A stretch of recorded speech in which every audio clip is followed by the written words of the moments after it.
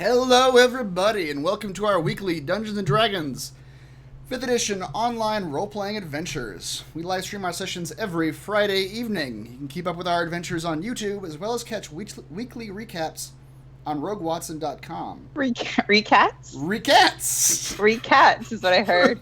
When you cat again. Cats every week. I am Chris, your Dungeon Master, and I'm joined by our awesome players. Eric playing Kazan, the half-elf warlock paladin. Hello, Eric. Hello, Christopher. Heather playing Bryces, the tiefling sorcerer. Hello, Heather. Hello. Reese playing Tim, the warforged cleric fighter. Hello, Reese. Hello. Rochelle playing Corinne, the blue dragonborn sorcerer. Hello, Rochelle. Hello. And Raymond playing Halfred, the halfling ranger. Hello, Raymond. Brought to you by bread. Hello. By bread. Generic bread. Wait, are we getting paid from bread? From that glorious conglomerate known as bread? The bread building. They're sending a check. Sponsored by bread. We need to get graham crack honey made. Yeah, we do. We're supposed to be the graham cracker crew. Apparently. Is graham cracker itself, though, like a trademarked thing? Or is that just like the generic? We need to. It's like honey made or something, isn't it?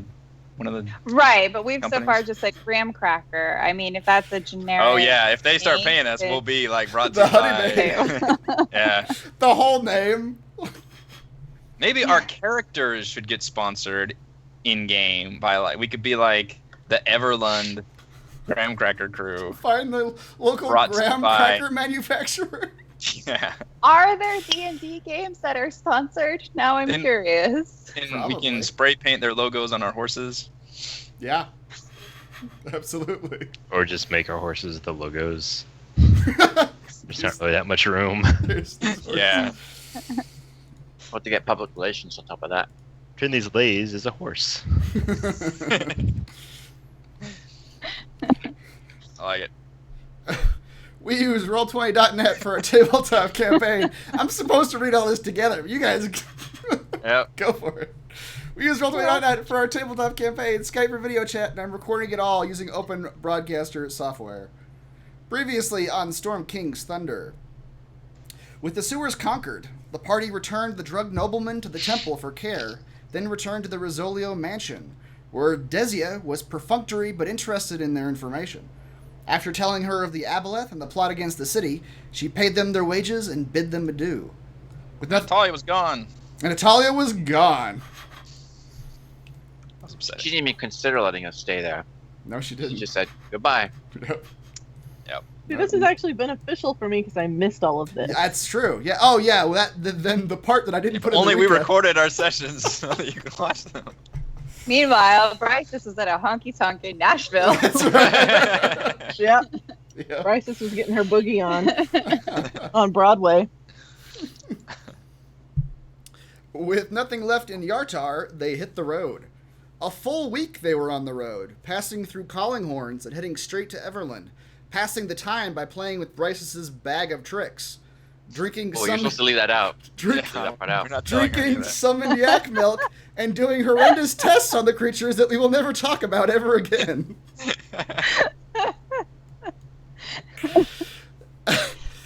Hold, please, while I go back and play last week's episode. Yeah, if you want to know about that. In Everland, they did some shopping before heading to Moongleam Tower and the long-awaited meeting with the Harper leadership. Crowan Valharrow, a stern old wizard, greeted them and offered them an arrangement with the organization. They would do favors for the Harpers of the martial variety, and the party would get access to the Harpers' Teleportation Network. After pressing for details, they learned that this included sites in 6 major cities throughout the north. They agreed and were sent on their first favor, to recover money stolen by giants. They rode straight out on a 3-day journey to Hawk's Nest, where the local lord, Pylon Cavalos, gave them the details. 2 fire giants had stolen all the payroll gold for the town, and his men were no match for the creatures. The party agreed to hunt them down and set out, Halfred immediately sussing out the trail and sensing for the giants. A few hours later, and they were upon the giants. The party planned well, an invisible Halfred scouting the creatures, learning that in addition to 2 fire giants, there was 1 hellhound, 1 hobgoblin, and a gang of chained goblins being forced to dig for something. The party buffed themselves with everything they had, spells and potions, and set about their ambush. Halfred struck first, an invisible sword stroke to the eyes of the first giant, partially blinding him. And Halfred, you can have a point of inspiration if you don't already have one. Brysus then hasted Kazan and I already Halfred. have one. Oh, well. I'll take it. Pass it on. Brysus then hasted Kazan and Halfred. Oh, try that one again. I don't have haste. Off to a bad start. Off to a Editing bad now. start tonight. Corinne then hasted Kazan and Halfred. Tim summoned his spectral leashes. Brysus began raining down chaos bolts, and the fight was on. You know he had to sit there and stop and think about that for a second to make sure he had the right one. Bryce's was actually written correctly the second time. I just wrote your name twice for some reason. The party did a remarkable job of shutting down the attacks of the fearsome fire giants, and though they had a few setbacks, the giants had no fear in their hearts, and no sticky shield could hold a sword 3 times the size of it. The party managed to defeat the giants. In the midst of this fight, they were surprised to learn that the goblins were in fact led by their old friend Snigbat, who led the goblins to rise up and help in the fight with some solid shovel bashing. Now, 2 fire giants down, the party looks toward the missing gold. You forgot to mention 2 of the goblins went down too. Yes, 2 goblins died. Now we're gonna spend this entire session having proper funeral rites. They only deserve the best rituals and ceremonies. Can we put them in a pile and I'll just throw a fireball on top of them and just burn them to ash? That might be, yeah. Hard to say what appropriate goblin funeral rites are. I don't think we looted any of these guys. I think we stopped as soon as. Yeah. We were running really. Yeah. Yeah, that was a long session. So yeah, the fight just ended. All your buff spells that last for a minute are wearing off. The hasted folks are getting real tired. Halfred, you're probably going to want to come out of the sky before the haste wears off. I should do that.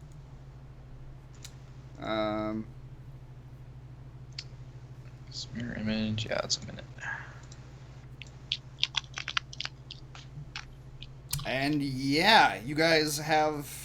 We're going to say that the goblin that made it to the front is actually Snigbat. And you guys are now surrounded by these giants. Yeah, you can absolutely loot the giants. You loot the first fire giant, and he has on him a bag filled with 5 humanoid skulls and a 5-foot length of chain wrapped around his belt. And that is all that he is carrying. Okay. What does the other one have? The other one, Like a wallet chain. something like that, yeah. The other one has a wagon wheel and a 3-foot tall stone idol of some demonic fire giant looking. It looks like a fire giant, but it looks like its hair is on fire and it's wielding a fiery sword. But it's a 3-foot tall stone idol, and it weighs probably 500 or so pounds, and none of you can actually lift it. Great. That was in his pocket. It was. He was wearing it like a chain necklace. He's got cargo pants on. Yeah. This isn't the thing that was stolen from Nightstone, was it? No. Oh, that'd be a good find. Yeah. Anybody can roll a religion check if you want to see if you know what the statue is of.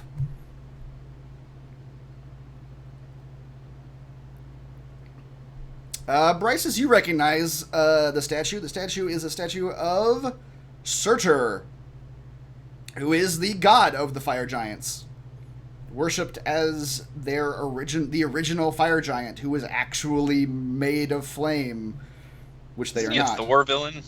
I think that name is pulled from Norse mythology, I believe. Yeah. So, yeah, probably. Okay. That is all that fire giant is carrying. I'm gonna stare at Snigbat after panting from the haste wearing off. Be like, Snigbat, how the hell did you end up here? Snigbat comes running up and says, Friends! Friends, come to help Snigbat's gobos! So good to see you! Yeah. I mean, we didn't really know you were here. You didn't come But- to rescue Snigbat? We Of knew. course I we could sense did. you. I knew you were here. Cousin sighs. You're rescued now. How did you end up here? Long, bad journey. As soon Tell as me about it. the pups were big enough to walk, we left like we promised. Head north. We did. We tried to stay away from giants and humans. We traveled for days and days up north, but then we got caught. The dogmen, the gnolls, they found us. They tied us up. And they took us even farther north. What were you doing here? After a few days, more marching with the gnolls, tied up, slave as we were, they met up with these kinds, and he points to the fire giants. They met up with these kinds, and those kinds paid the dogmen, and the dogmen left us with the giants. One of the giants had a rod thing, a pointer, and he said, go there, dig there. And so these two fire giants take us all here and make us start digging. Is that one of these giants had that pointer? No, different giant, didn't come with us.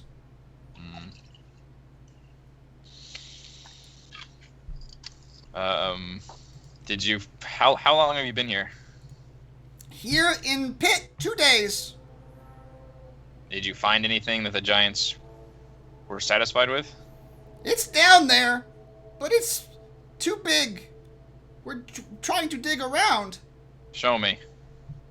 He wades, happily turns and wades back into the pit. And when he gets down in there, you can tell there's about 8 inches of water at the bottom of this.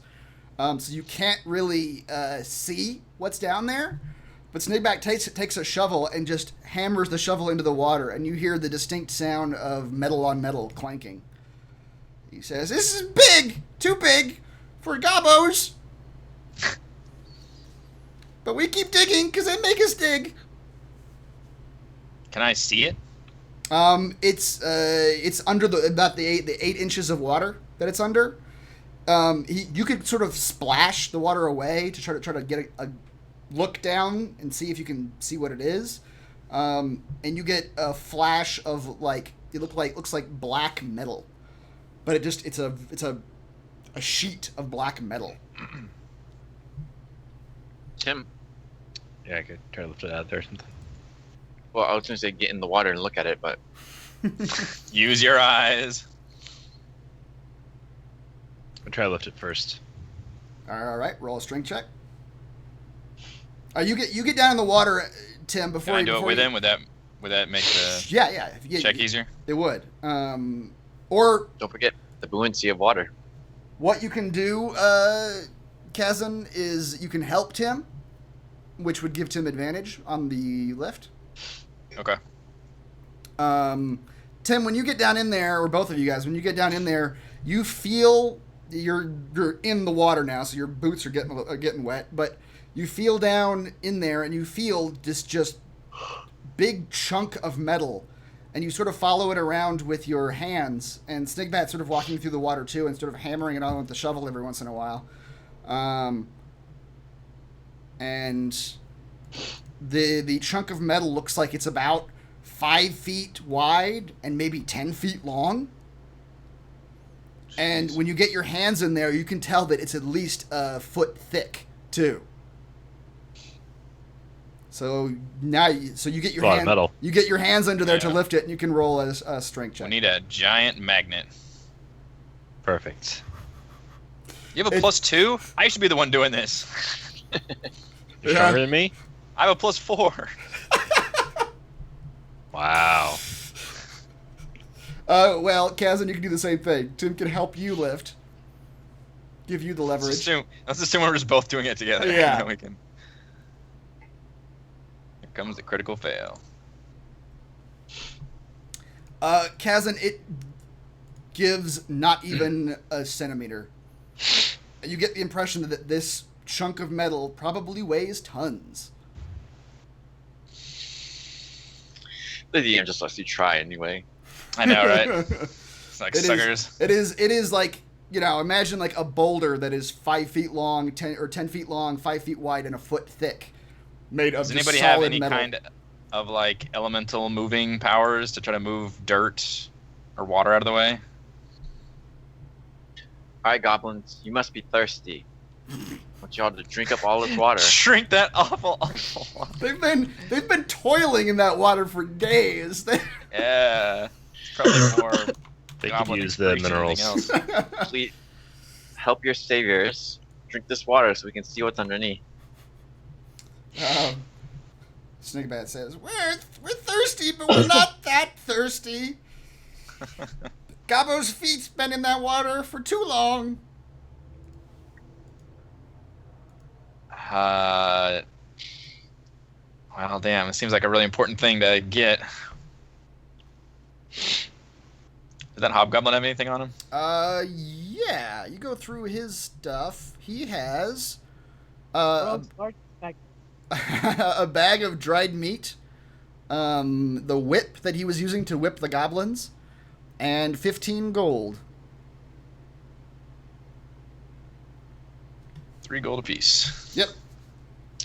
We pocket it as we shield it away from the goblin. You guys notice as you're sort of going through the hobgoblin and walking around this area, there is a wooden chest over here set up against the wall.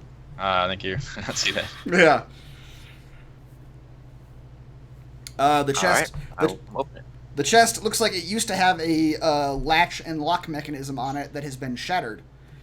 You open up this lockbox, and just piles and piles of gold.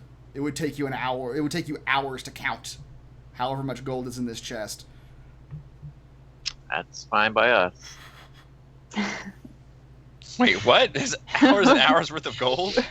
We spend hours. That's a weird counting the denomination of gold. You open up this chest, and it is just full of gold coins. Oh, that's the gold we need for the guy. That's right. Oh, it's not for us. Damn it. No, that's the gold. That's actually the reason we're here. You can spend time to count it if you want, but it is just a very large amount Does of the gold. chest itself look like it was like the original container, like it came on a long journey? Sure. You look at the container, and it has the burned emblem of a crudely drawn hippogriff on the side of it. Yeah, this is that dude's money. All right. Nobody touch this. It was like you would notice if 100 pieces were missing. This is for the people. We're not skimming off some, like, Sheriff Rottingham here. Alright. I don't know what to do with this black metal thing in here. We don't have any kind of magic that can get this thing out? Nope. Do you? I don't know. You can tell it's metal and it's black. Whatever type of metal it is a black metal. But that is all that you can tell. I mean, Mage hand. if the giants couldn't lift it out, we're never going to lift it out. Presumably the giants knew that much was shown here. That's the Snakebat says, yes! That's why Gabos dig. Giants couldn't get to it before. Covered in so much dirt and so big and heavy. How long did it take us to get here from the city? From Everland? Yeah. Took you 3 days. Shit. Because I imagine the gold is too heavy for us to carry, too. If we have enough rations, can we just sit here with the goblins and dig this out for the next day or two? You could. It doesn't seem like the weight of the dirt and water is what's holding you back, though. It seems like the actual metal is the issue in terms of the weight. Just have no way of actually getting it out. Yeah. I mean, you could dig around it, but that wouldn't help you actually lift it or carry it anywhere. All right. Well, the next best thing to do is to go back and just tell people about it. Let's just bury it again.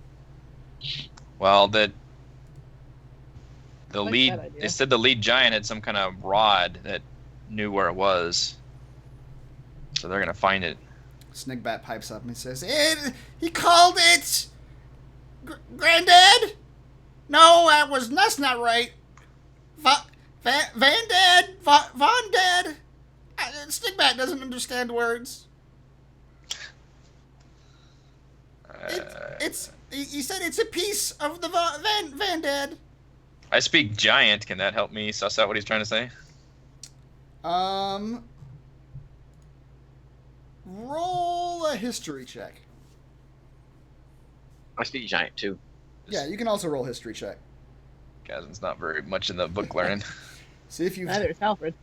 Ha! Wait.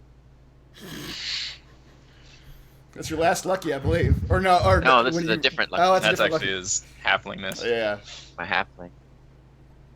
1d20. We should rename that to like halfling luck or something. So Mm-hmm. 18. What's Plus your a 2. plus a 2 is a 20? All right, Alfred, you a name pops into your head, but you don't remember anything about it.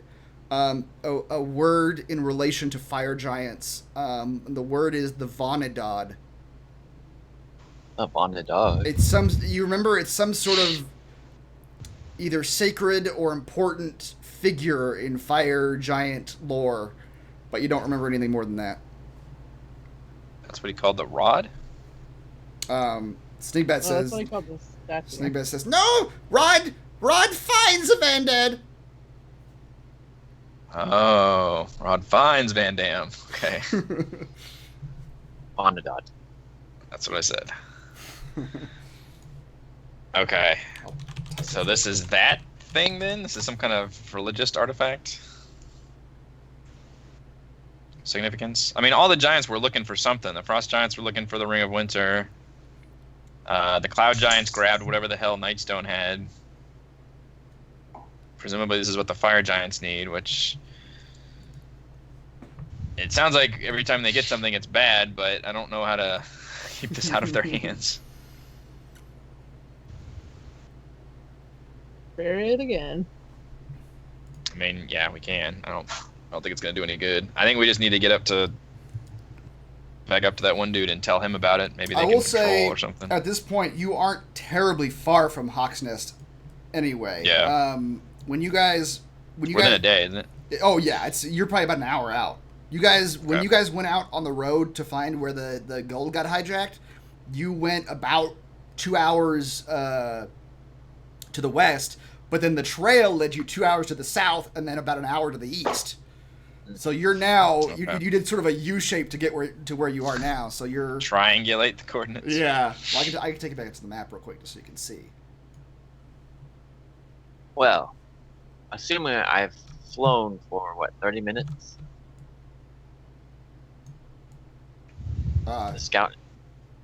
That's where you are. You're just however many miles that is away from Hawk's Nest at this point. Okay. Let's say 5 miles south of Hawk's Nest in the hills. I could fly there and fly back. Well, we have to go back to Hawk's Nest anyway to turn in this money. How do we bring it with us? Bag of We holding. Well, we still have that wagon, don't we? Oh yes, yeah. I have my bag of holding for the gold. Yeah, the chest is very heavy, but how big is your bag of holding? So it can hold 500 pounds. I think the diameter of the opening though is not that big. We'd have to pour all the gold into it. So that's kind of the issue because the diameter according to the Roll20.net compendium, is that it's only 2 feet at the opening. That makes me think that, I mean, in order to get something into the bag, it has to be able to get into the 2-foot diameter. I mean, we could just take handfuls of coins and start shoving them in there. It's going to take a while, but I mean, you get to do that awesome thing where you come up to the guy and just fucking unload all those coins at his feet. So we found it all. Yeah, you guys test your might against the chest and find that 2 of you can lift it if you've got one on either side of it. So you could conceivably, if you didn't want to like have to, heft it like that for miles, which would take a long time, you could just have 2 of you lift it and dump it into the bag. Yeah, I like that idea. I don't think this box has any significance. Okay. If it does, we can at least just carry the empty box back. You could then carry the empty box back if you wanted to. Yeah. Yeah. You'd be like, oh, too bad. We should get the money. No, we're not doing that. Okay, yeah. So we'll pick it up and shove the coins in there. Yeah, you guys are able to dump the coinage contents of the chest into the bag. A few coins spill out over the side, but you're easily able to pick them up off the dirt. Could we put the bag holding under the water to drain it that way? Well, the water's not the problem, he said. It's the but the object that way itself. we can at least like see what it is. Well, I have a feeling we're not going to be able to see what it is because they've only gotten out like a couple inches of it. And whatever it is, it's gigantic. Yeah, does it seem like it's still mostly buried? There's a lot of kind of, but there's a lot of water. So it seems like what it's buried under at this point is like mud and gravel and stuff. I get that idea. Yeah, you guys are able to get all the coinage after picking up a few coins off the dirt that fell out. Get all the coinage into the bag of holding, and it does not exceed the 500 pounds, so you're in the clear there. Yeah, so now you have a bag of holding full of money and a empty box. What do we do with these goblins? Send them on their way. Snigbat comes up to you when you say that, or I open some like rations and pass around some like food for them. Snigbat motions his goblins forward. And apologize for the dead ones. Thank you. And he actually comes up to you guys and says, "What? Snigbat doesn't know what to do now. Our gobos, we were supposed to come north and find a place to hide. But we can't hide from anyone, it seems." I'd suggest you keep digging until we come back. Don't stay around here. This is fire giant territory. Unfortunately, every area is apparently somebody's territory now. So I don't know. I mean, you might be safer if the fire giants think you're still working for them. They're just gonna come back and enslave them again. Yeah, let me check something real quick. Maybe we can get the that nice hippogriff guy to hire them as like stable hands or something. I wonder how opposed he would be.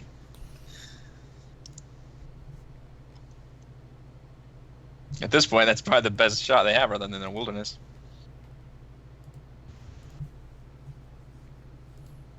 Where's your home? Why did you go home? Our home was the cave. But we had to leave there.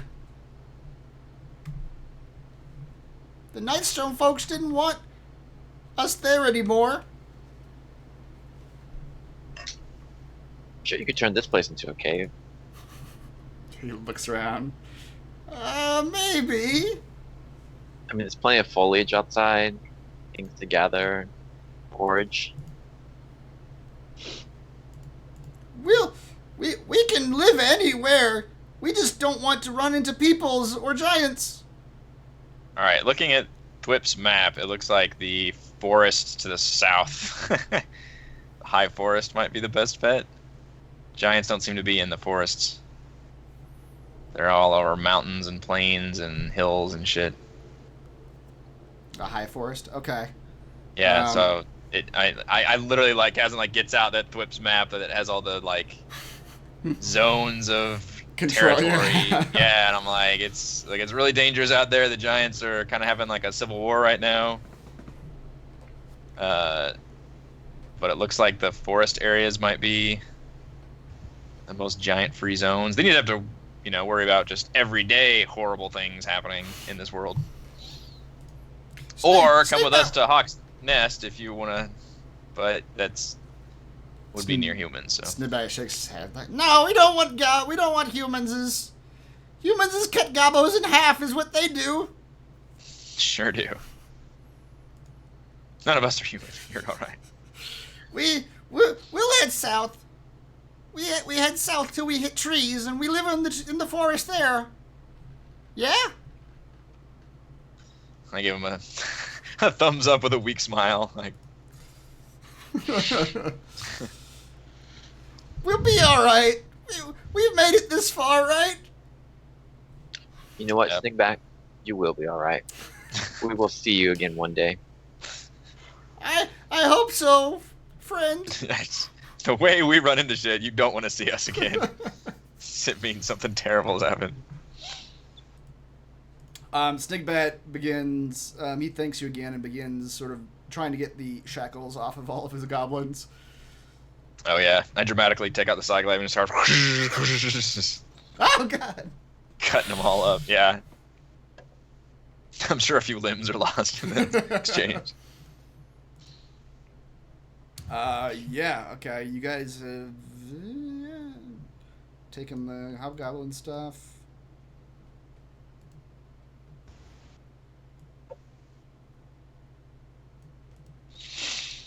So Yeah. does this look like it's in a pit in the mountain or something? You know, The you look. walls go up? Yeah. It looks like it's the bottom half, where it's dark. If you look on the actual battle map where it's dark, that's been dug away. But right above that, where it's brown, that looks like it used to be a natural crater of some kind. Okay. Maybe very old, but it does look like it was some sort of crater. Fell from the sky. Do the walls around the crater look terribly sturdy? They Or does do, it look like a rock slide could happen? they do not look sturdy at all. It's all shale and gravel and it's fairly loose rock. I say we bury whatever in the hell this is. Bury it Yeah. under mountains of rock. Yeah, I mean at the very least it would slow them down.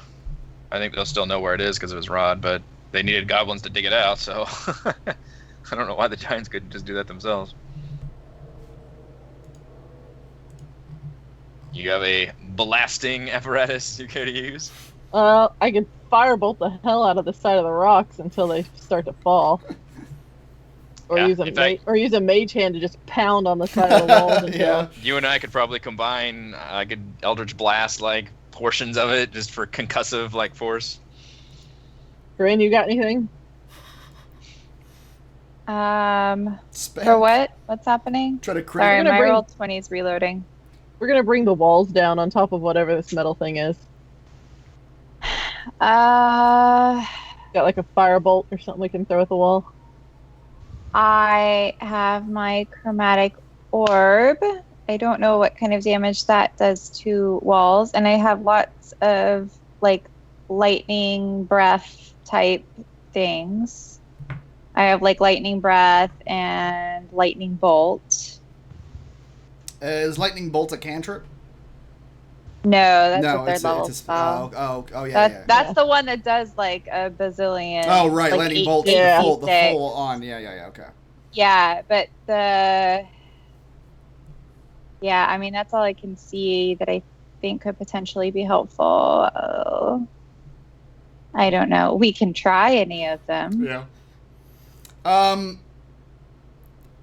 If you were to do your chromatic orb with the force type, that could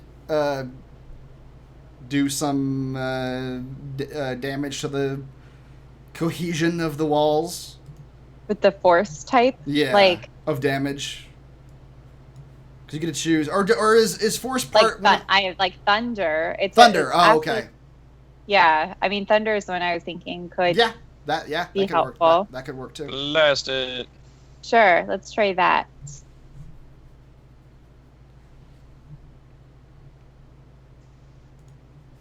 Okay, so you guys are just throwing shit at the walls. Yeah.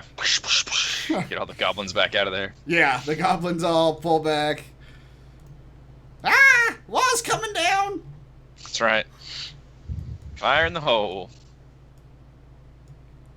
Yeah, you guys spend a few minutes. It takes a while to actually get it started, but you notice that after you've been throwing spells at these walls for a little while, once it gets started, it's not like a dramatic avalanche, but the gravel just sort of, the whole thing sort of starts to implode and just fall inward. And it just sort of builds momentum until, the dirt and rock just fills the pit. And Snigbet says, 2 days we dug that hole. It was a good hole, Snigbet. Only 2? But It was a good You're- hole. you were working for the wrong people. Yeah, we were slaves. We don't hold that against you. Also, good job murdering this vicious hell beast over here. Snigbet turns to his goblins and says, hear that? We get praise from warriors. Yay! And he raises his shovel over his head. That's right. Time for swords to plowshares now. All right, yeah, the pit is filled in with dirt and rubble. And the goblins have taken off all their shackles at this point and are ready to head out. And he says, so we head south over the mountain there, and he points to the mountains directly to your south. He says, and then into the trees. Trees, yes. Should be giant free, hopefully. Good luck, Snigbet. Good luck to you. Thank you again. Goodbye. You unbelievably lucky bastard. Unlucky and then lucky. Do we need a short rest here, or can we just long rest back in town? It's gonna take you about 2 hours to get back to town. It's up to you, but Let's get back to town.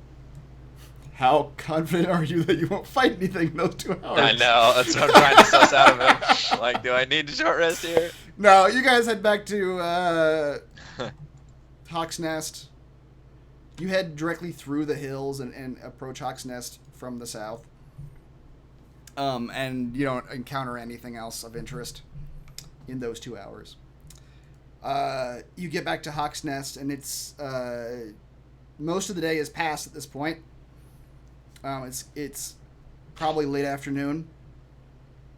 And some guards. Do they see us coming at all, or? They do, yeah. Some guards come out to meet you, and they call for their lord to come out and meet you because they said they had orders to get him as soon as you came back. And Pylon Kavalos comes out, and he says, I hope you were successful. Were you? Harpers shakes his head. Yeah, present the empty box. Thought Yes. we would recover. Oh dear, the gold was gone, huh? Cousin says they weren't actually very far from here. It was only like 2 hours or so, and there was a pair of giants excavating some artifact. Two They fire giants 2 hours from here. I'm just gonna repeat everything I say. That's terrifying. What were they yeah, doing? that's pretty close.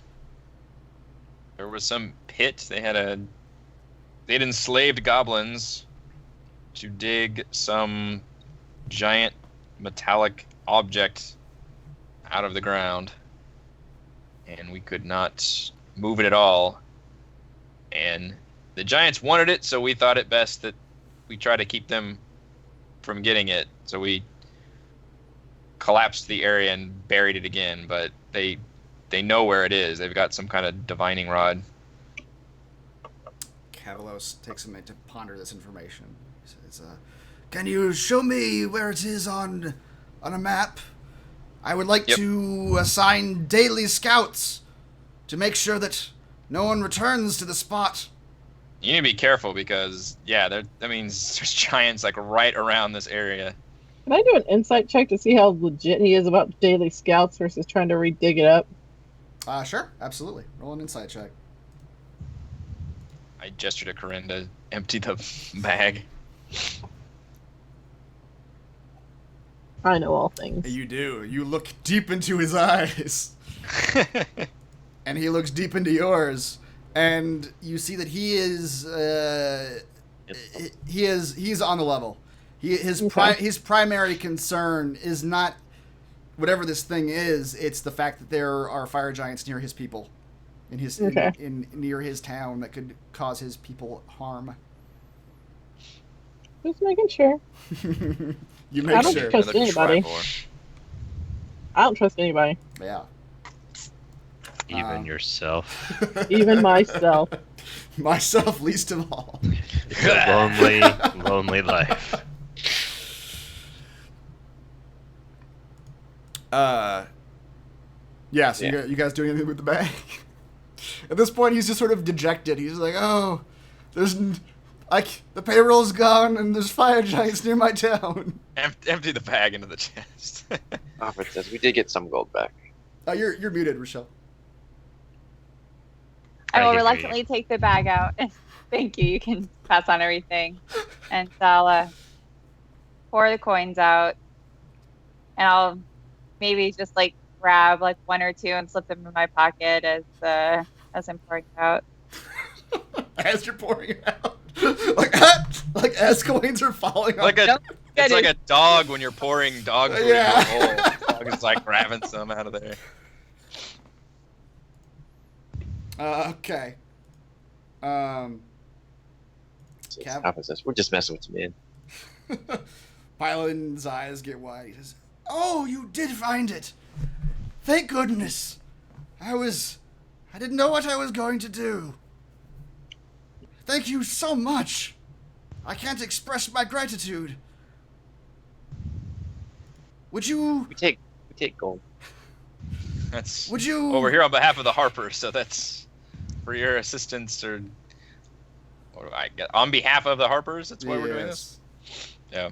Indeed. Yeah, I forgot about that. Valharo is a good friend, and he's an even better ally to have sent such fine warriors as yourselves. That's right. Would you... I'm sure they know about it. Would you like to have dinner with my family tonight? I think it's the least I can do to feed you and give you a place to stay for the evening. We can have a fine meal made up.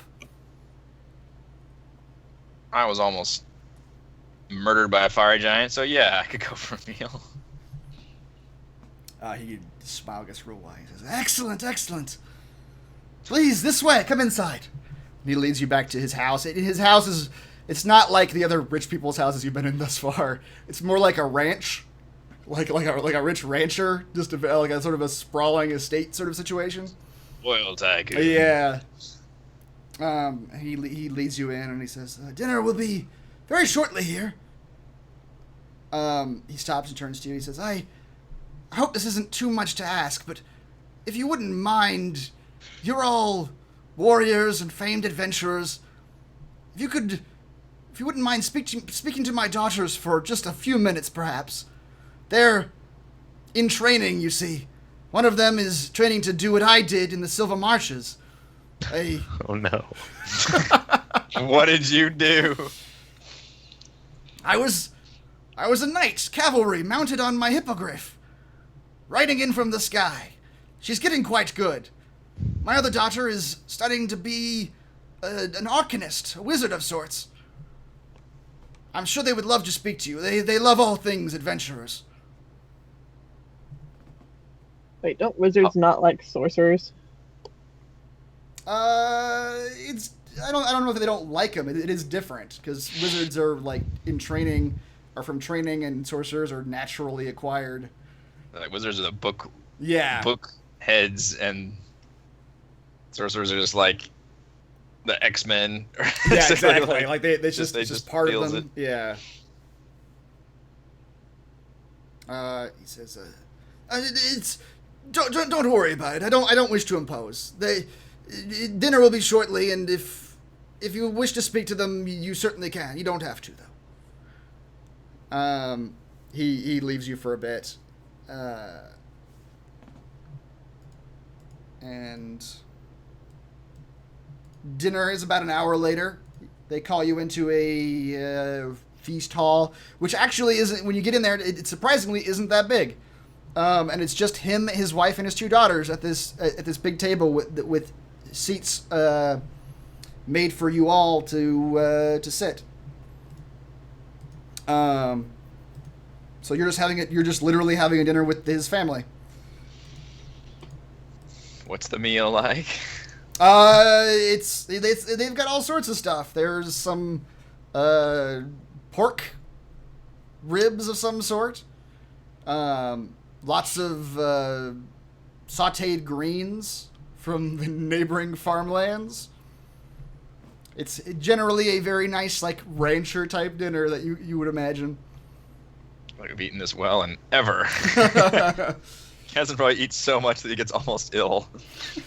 Just piling on like mashed potatoes. Like, this is amazing. I didn't know food could taste so good. We've been eating basically granola bars for the last 2 months. Oh dear. And like hot soups. And indeed, he does have a wife and two daughters. His one daughter is maybe a 14-year-old brunette girl. You guys recognize her from the day you arrived. She was on the hippogriff, on the back of the hippogriff, training. The other girl is maybe a couple years younger, little redhead girl. As you're eating, the brunette, the redhead, the little girl, looks around at you all and she says, I've studied my races. I know what you all are, but what are you? And she points at you, Tim. I don't recognize you. Me? Why wouldn't you? I don't know. I recognize I know what a tiefling looks like. I know what a dragonborn looks like. But I don't know what a halfling looks like, certainly. I've seen those. Okay. I'm gonna send a very subtle telepathic message to her, very unalarmed, like, "Hey, this is Kazan," and I'm like looking at her meaningfully, like, and I'm like, I just say, "He thinks he's people." I'm just gonna say it. I'm very confused what you're saying right now. She gets real wide-eyed. She says, "Oh." I smile very sweetly at her. She says, "Oh, well, it's very nice to meet you, Mr. People."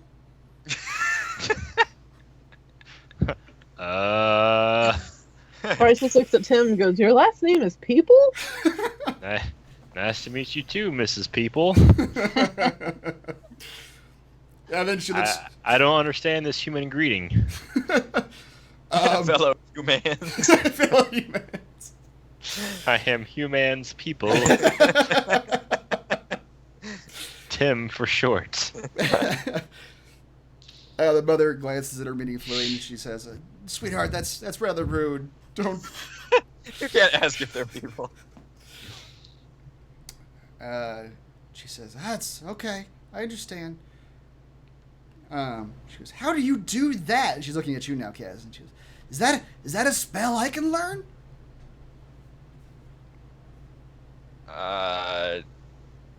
You could probably learn spells that have an equivalent to that, but no, that I was born this way. She gets Or looks at her and says, "He learned it from the devil." Her eyes get real wide. Oh. So, what's it like being a hippogriff knight? That seems cool.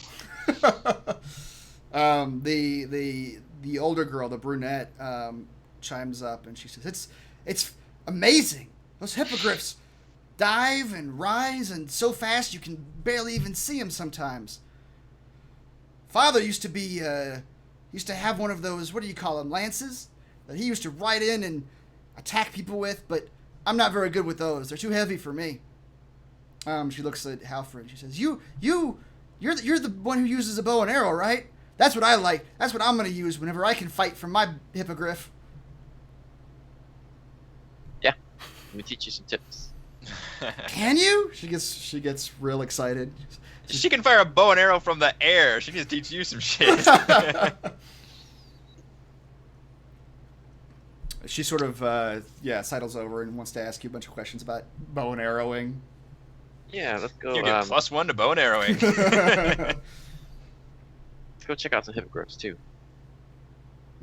Yeah. The rest of the evening kind of Is goes. that code for something? This is a 14-year-old girl, Alfred. Does he know, like, human age of consent? Whoa now. Alfred. Alfred's an old man. Yeah. That's way past his Old time. men can be horrible people too. The rest of the evening sort of progresses like this, with the girls intermittently asking you all questions about spell casting or fighting or other sort of. That's a terrible flaw to bring up right now. That is a terrible flaw right now. Yeah, they just sort of pepper you with questions about all sorts of adventuring stuff, about your exploits and how you do magic stuff and how your swords and your weapons and all that sort of stuff like that. They gain enough experience to reach level 3. That's right. The dad, Cavalo, sort of listens in. The mom's also just sort of generally quiet, listens to conversations between the little girls and you. Cavalos eventually starts in with his, after a few... I'm going to start asking questions about, like, giant activity and all, because now I'm concerned about these giants being so close to this place. Sure, yeah. I share his concern about, like, the fact that they were right there. Yeah. And digging something puts this whole thing in a huge target, because that was something that they really wanted.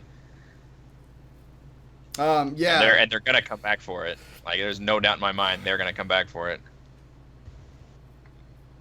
Cavalos says, like, yes, we should discuss that. Perhaps not in front of the girls. I don't wish to scare them with stories of giants, and I mean, they're certainly old enough to know what's going on These in are the world. not stories, man. These are things happening right outside. They need to know. They need to know how to fire a gun to protect themselves. I suppose you're right.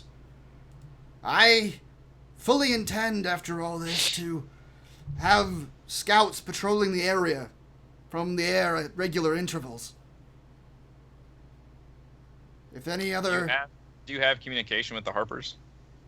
Um, Like, if you see a bunch of giants, can you, like, text them? Text? I don't know what the equivalent is. Sending a spell or something? Says, I have a rider that aboard his hippogriff can make it to Everlund in 3/4 of a day. That is the primary method of communication.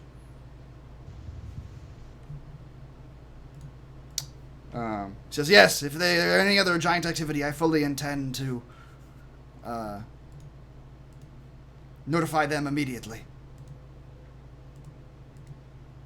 The rest of the meal goes by similarly. Yeah, so it's a nice meal. It's a very kind of folksy family that you guys have dinner with. After the meal is over, he shows you to some rooms that you can stay in. They stable your horses, do all that. The next morning, which you guys can take a long rest now at this point, if you have not already. The next morning, you guys get up and come out, and he's already awake and fully dressed, and he says, good, you're all here. I was hoping to catch you before you rode out. Would you mind taking a walk with me? How else would we be? Would you mind taking a walk with me? Okay. He walks with you out of the house and through the yards and through the estate. And as he's walking, he's talking. And he says, "My accountant verified that all the funds were present in the gold that you found. It's remarkable that you were able to recover so much. I assumed that most of the gold would be gone. You'd be able to recover some of it, maybe, but it doesn't look like they actually spent any of it." It doesn't seem like the Giants were particularly interested in the gold as much as the thing they were digging out. The gold was probably might have been a happy accident they found. Fascinating. Well, one can hope there are no more happy accidents with any of my people.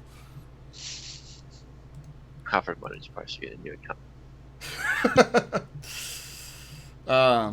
He says, "And my daughters took quite a liking to you all last night. They couldn't stop talking about you and telling stories about which one of you they wanted to be when they grew up and all that sort of thing.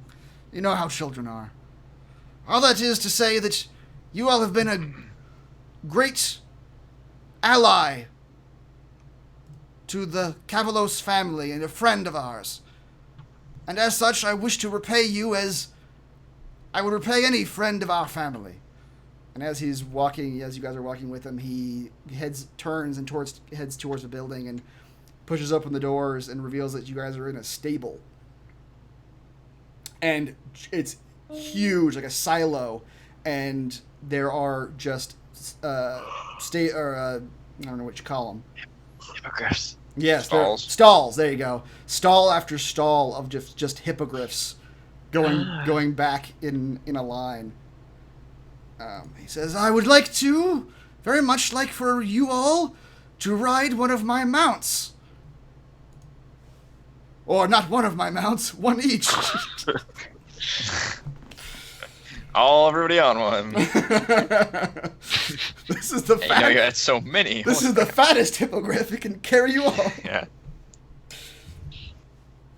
He says they are capable creatures, far faster than any horse you're likely to ride throughout the lands, but I would only caution you that they are, while adept at defending themselves, they are terribly fragile creatures in reality.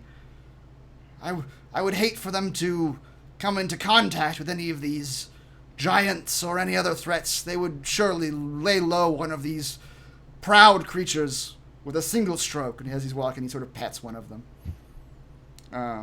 And he leads you down a ways, and he sort of points to like a section of the stable where there's about 15 stalls. He says, "Please, of these, take your pick." And you guys look, and there's Very generous. He says, Yes. Well, if you do as much good for anyone else aboard these steeds as you did for me, then it is well worth it." Alfred says goodbye to his horse without a second look. Goodbye, horsey, whatever your name was. Yeah, I guess obviously we'll trade in our horses to this guy if he wants them. Okay. Yeah, he says he'll take care of your horses.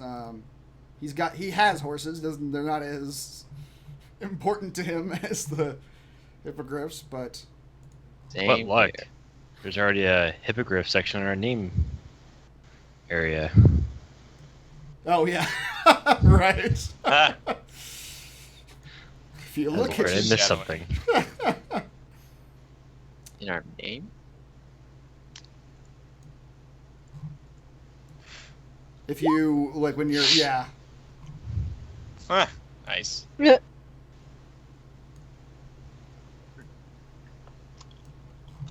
So I don't know what sounds a hippogriff makes.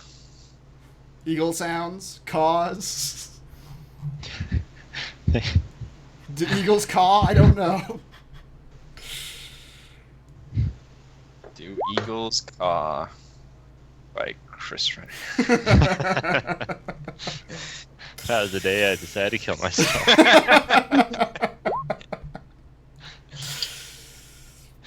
The question has haunted me for 50 years. So you all, I will put these all in your journals. You all can name these hippogriffs if you should so choose.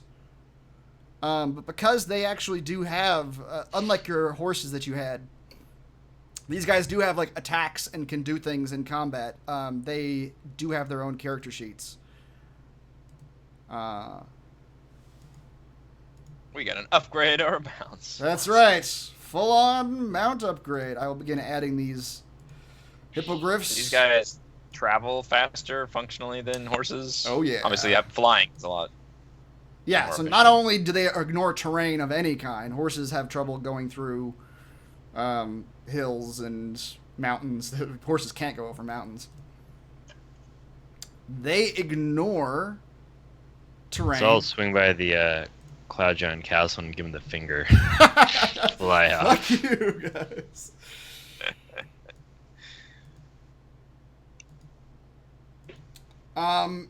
Not only can they fly over any terrain, they travel 60 miles in a day.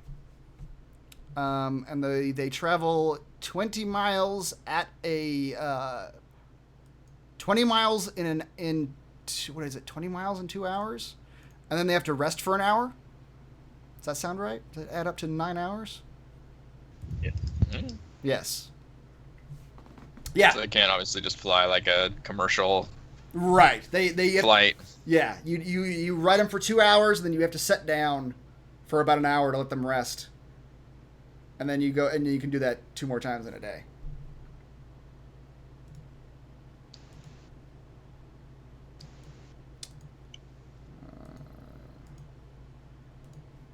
Cool.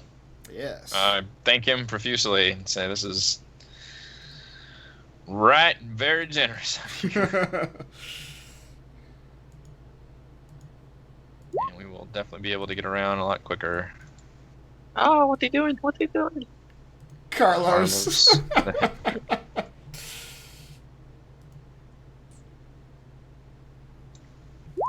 Don't bite. Don't bite. Beak attack. He Even AC 11 at 19 hit points. Oh boy. yes, they are not combat mounts despite They're like a level 2 wizard. Yeah. Despite being able to defend themselves with multi-attack, they do not have much in the way of hit points or armor. So they're probably not great for riding into battle, if you can help it. I'll be the judge of that. Let's go, Hippogriff. I will also, just for funsies, replace your token with the Hippogriff token.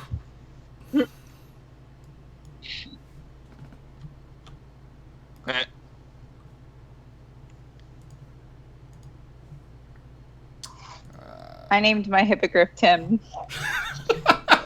That's not going to be confusing. I mean, Tim is obviously flattered.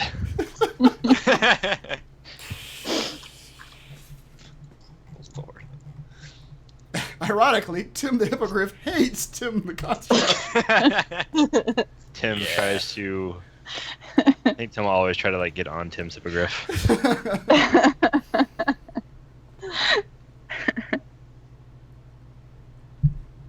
All right. He says, "Yeah, I understand you all must leave. Not much adventuring to do, I'm sure. But please give Valharo my kindest greetings and tell him that I am more than pleased with his agents." Will do. Thank you very much for hosting us and giving us hippogriffs. It's pretty awesome. Oh wait. What do hippogriffs eat? Vigilant. What? What do hippogriffs eat? Hippogriffs are omnivores. They eat halflings. Sorry. Halflings primarily. Primarily. Halfling you have to shave off a chunk of flesh every day. Small price to pay. Yeah, so he bids you adieu. And as he advertised, you guys can, in fact, at 60 miles, well, it's a little bit more than that. So it may take you guys into the evening, but you can get back to Everlund. We can make it there. Yeah, you can get to Everlund in a day's travel. Sweet. Don't have to go by that elf city. No, you don't. You fly south. As you fly south, you see Snigmat's goblins hiking.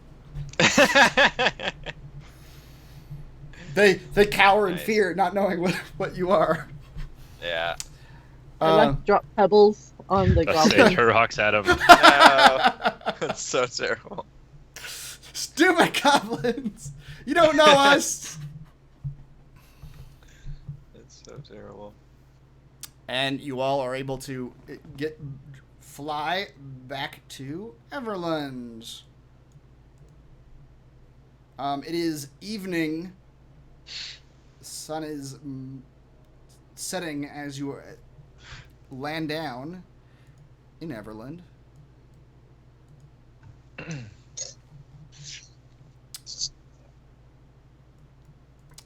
And yeah, I assume you're going straight to. Can we land on top of that tower?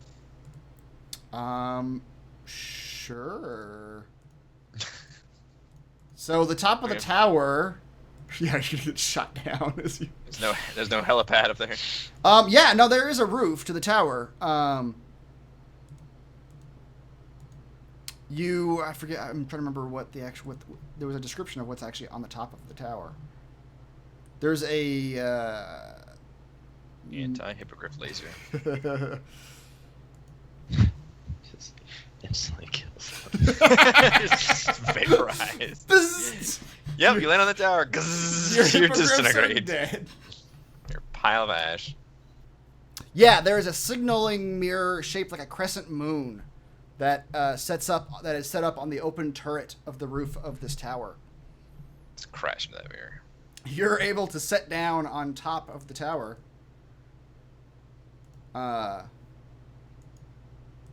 And there is one door leading down, and as you try to go through it, you see a wizard turn, or a young man in a wizard's robe turn towards you, frightened, and say, Where did you come from?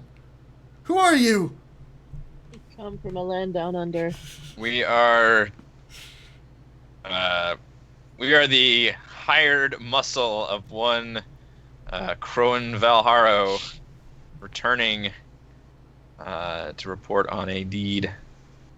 You're Crowan's men. How'd you get up to the roof? I Pretty certain I'm not stare at a him man. blankly and point my thumb back and gesture at the hippogriffs back there. We can travel in style now. He just looks at the hippogriffs wide-eyed. Says, okay, I don't know if you're allowed to be up here, but just go straight down the stairs to the second floor. That's Crowan's office. Oh, we're allowed up here now. I have no idea. Just trying to We throw my walk weight past around the it. kid, I'm totally gonna try to freak him out and be like, "Don't go next to the hippogriffs. They like to eat kids in wizards' robes." He just immediately shuts the door to the roof. Oh, God. Yeah, you guys go down to the second floor. It's a number of stairs down. This is probably about, I don't know, 15 floors of tower, and Crowan's office is on the second floor. God damn it. So you Better guys, to go with so gravity than you- against it. you guys hike down the stairs. Wrong way. Yep. And you eventually get to Crowan's office, where you are let in. And he turns to you and says, You're back quicker than I would have assumed. Indeed. Did the mission go well? Yes, we recovered the gold that was stolen. Had to kill some giants to do it. Some fire giants that were extremely close to Hawk's Nest. Found they were digging up some ancient metallic artifact, which we could not, unfortunately, retrieve, but we told Pylon about it and returned the money, and he was so thrilled that he gave us each a hippogriff and said that he was very pleased with his with you sending us over there. He gave you hippogriffs. Crowan gets, Kazan grins stupidly. Crowan gets like his eyebrows raised, and he gets a very like jealous look in his eyes. We had dinner with his family. Kazan like starts telling about all like their names and all their occupations and things like he's an old friend. Well, he certainly took a liking to you all, didn't he? Good for you, folks. I suppose. Well, I suppose... Does that satisfy our agreement? We're Facebook friends now. That's right. Damn. Are you? I'm not on Facebook. There's your problem. He says, it does satisfy our agreement. Give me the map of the teleportation network I gave you earlier. He hands it over. He takes it, and he scribbles a bunch of what you can't decipher. It looks like a bunch of symbols along the outer edge of the network, the parchment. And then he hands it back to you. It says, you're already in the logs of all those who man the teleportation circles. But this is your pass to verify your identity and that you are in fact allowed through the circles. Crowan still uses MySpace. You are free to use the teleportation. Can we each have a pass? He sighs heavily. Says, just a moment. Extra. He pulls out some more teleportation maps and begins doing the same writing on them. He says, "It How only they can split up and never see each other." Says, I suppose it only makes sense. If you're not traveling together. And he spends a good couple minutes like writing on 4 more copies and passing them out to you. I'm gonna get mine laminated. So any one of these locations can go to any other one, if I'm reading this map correctly? That is correct. And he tells you their locations in each of these cities as well. Which you would need to know to find them in the cities. And do people gonna freak out when we teleport into some place, or are they gonna know? He says, no, your information has already been passed as possible travelers. When you pass through and present them with the papers, they will accept you. To be honest, most of these the security is more about the secrecy of them than the actual security. They're manned by wizards, but the 5 of you could probably take any one of them in a fight. Yeah, I met your security wizard on the roof. He seems not as intimidating. Like I said... He doesn't seem like he sees a lot of action up there. Like I said, the Harpers are an espionage group, not a martial one. You got martial now. As now, if you'll excuse me, it is late. I am an early-to-bed sort of man. You got the incontinence, don't you? I am an old man. He says, I assume you can see yourself out. The teleportation network here in the tower, as noted on your papers, is on the 6th floor. You should be able to present it to any of the manning wizards, and they will escort you through. Can we teleport our animals through, too? No, you cannot. Really? Each of these circles is... We just got these things. These circles are based in secrecy, and as such, they are in basements, attics, hidden spaces. They are not designed to allow beasts of burden through. You can stable your mounts here in town, and when you come back, you can claim them again. I saw the way you looked at them. I won't take your damn hippogriffs. That's lame. We just got these hippogriffs. Use the circles how you wish. But no, you cannot take your mounts through. Hopper puts an apple on top of one and teleports it. An apple? Yep. Well, you're not at the teleportation circle yet. If you guys, which at this point it is late in the evening, but you can go ahead and go up there if you want, because Crowan is leaving you. So does this complete the Pylons Pilfered payroll quest? It does indeed. I will go ahead and move that to completed. All right. And there was nothing else in Everland?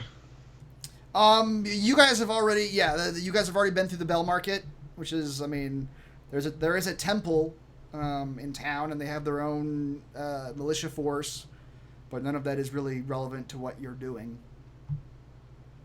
You guys have already seen the market and gone through it. Well, there's the quest in Golden Fields and the 2 quests in Neverwinter.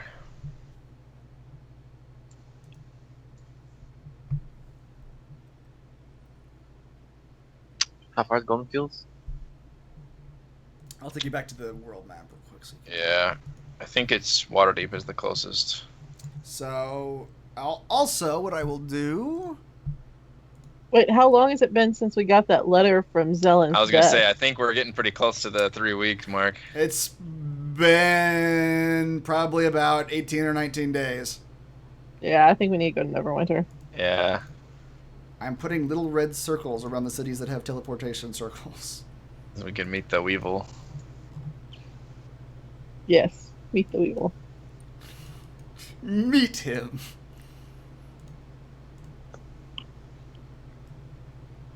I think that's all of them. Oh no, Waterdeep. Yeah, it's 60 miles northeast of Waterdeep. Shouldn't too bad.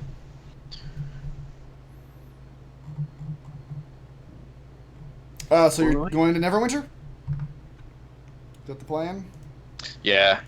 Go to Neverwinter first, then we can go to Waterdeep after that.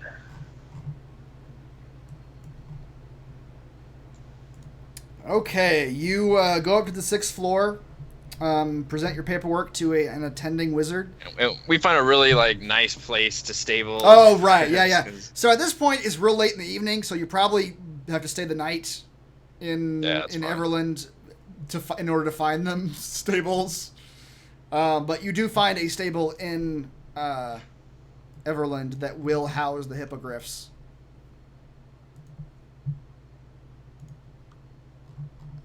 I didn't get rid of that token because you guys are immediately separated from your hippogriffs. I know.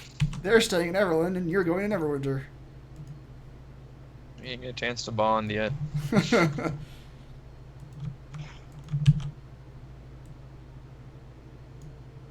All right. So the next morning, you guys spend an evening. You find an inn in Everland that charges you 1 gold apiece for a room. The stable master informs you that he charges... Hold on a second, let me find out. For an extended stay, he charges 2 silver a day. Yes, will that be acceptable? Fine, yeah. money. Do we need to pay now or pay when we get there? Hands him a gold piece. Hell, this will cover however long that'll cover. 5 days? Five Yeah. days. He says no. What happens is if you he says if you get a weak delinquent, then you forfeit your animals. All right, I'm gonna give him. How much is it? 2 silver a day. Silver a day. So 1 gold piece covers 5 days. I'm gonna give him 3 gold pieces. Okay. I mean, I literally got 3 gold pieces from the Hobgoblin Captain. I don't care. Just the Hobgoblin's gold. My bad. Yeah. Just to be Shit. safe, I'll hand over 10, but I tell him if I come back early, I get it back. Of course. That is how it works. I don't overcharge. Your deposits are your deposits. I'm giving him 10 also. Damn. Just to make sure. Yep, we're Yes. covered for a month. Yeah. Says, well, I won't be. Well, like a month and a half, really. Yeah. 50 days, yeah. You give him 10 gold? Yeah. We don't know when we're coming back. Yeah. You want to be the only one without a hippogriff, now, do you? No, I don't. Like a bank or something I can set up some money in, so that way if I go more than 50 days, Yeah. you can just take out. Yeah. Wire it. Yeah, like automatic bill pay. At this point, you guys have given him 30 gold at this point. He says, at this point, I ain't getting rid of your hippogriffs. Exactly. We're good for it. You all are fine in my books. If you ain't back in 3 months, maybe I'll consider it. I'll count you dead, but... I'll say this.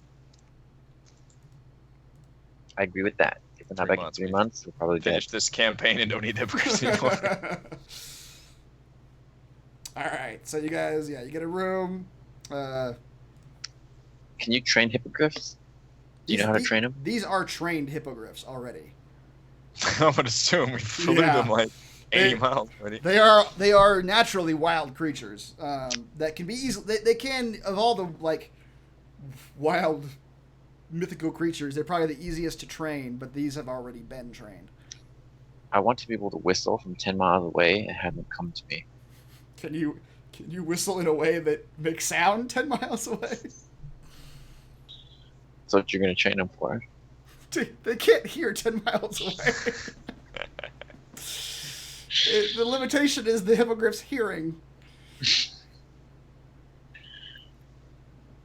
I will teach you to hear harp. You guys get a room in Everland. The next morning, you go to Moongleam Tower, and you are escorted to the 6th floor. They lead you up to a windowless room that is stark white. In the middle of the room, painted in blue, are on the blue marble are blue runes with circles drawn around the runes and a larger circle drawn around all of it. And they ask you to. The attending wizard asks you to step inside of it.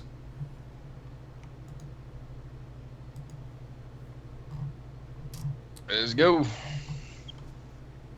You step inside.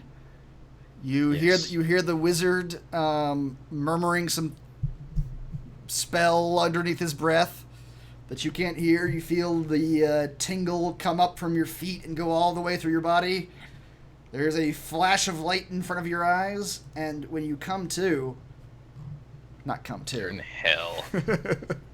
Trick! You're in the devil's world now. When you come to, you're standing, or when the light fades from your eyes, you were standing in a similarly drawn circle, but in the floor, but on the wooden floor of a creaky old attic. There is a awkward young woman in a rocking chair sitting in the corner, and she starts whenever you all appear in the teleportation circle. She says, welcome to Neverwinter. Your papers, please? Show them to her. Okay. She says, well, it's good to meet you all. I had heard that the Saviors of Nightstone, or there was some other name that was going around. It sounded ridiculous to me. I can't remember it now. What was it? Hasn't size. Bryce's little flicker graham cracker.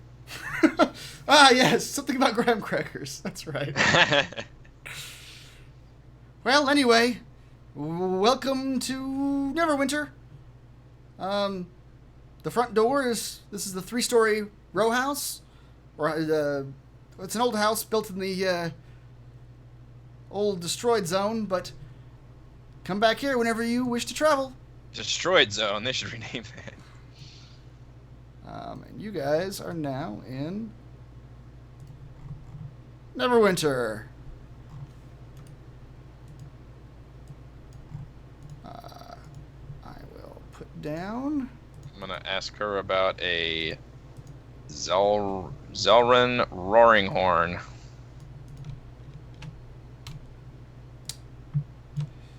You were at the Harper safe house.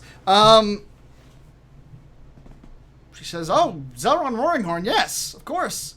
He's one of the richest nobles in town. He's having parties all the time." And she says, his estate's on this side of the river. You just follow the road west from here and you'll find it. And I will add that to your map.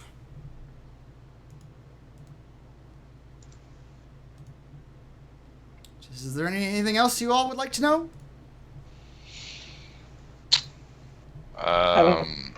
Problem with any Zentarum around lately? Yeah. She says, "Well, the Zentarum are always a problem. But nothing in particular recently. Crowan did send word that you're looking for a particular Zentarum. He's been trying to find the location, but we haven't had any luck so far." Okay.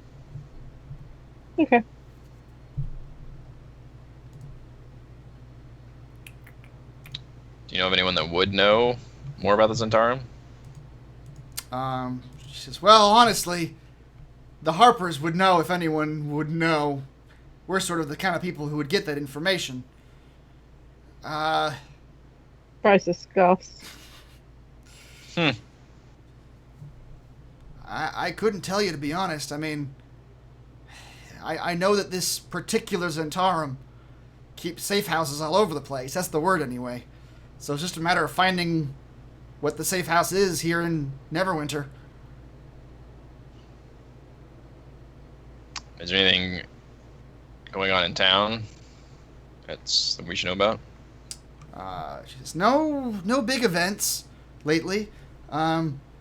All the reconstruction... Frost giants haven't made it this far down?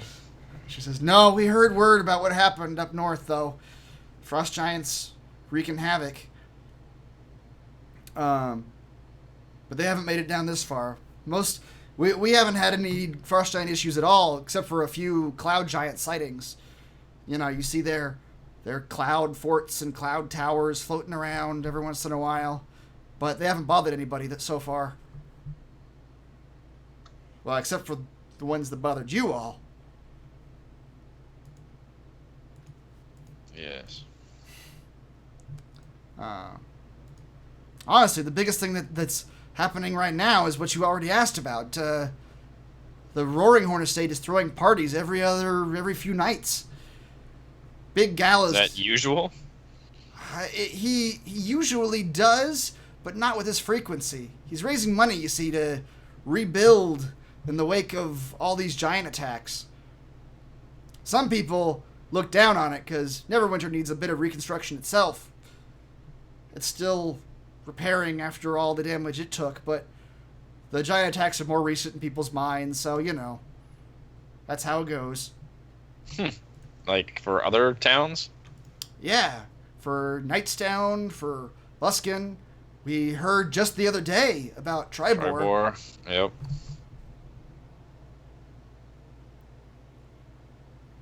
Alright, I guess we can check that out.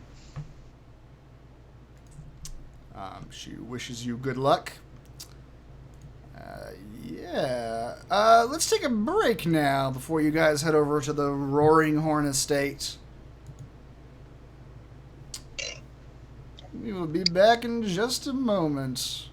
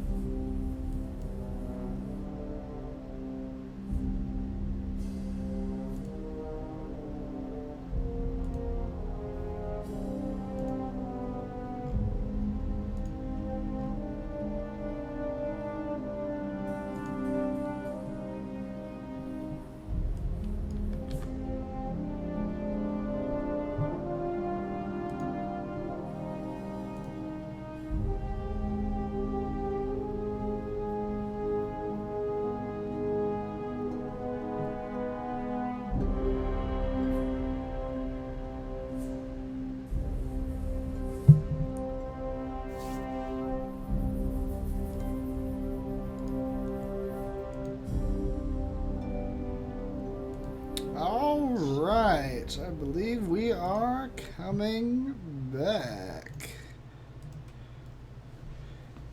We are back. Alright, so you guys have walked out the front door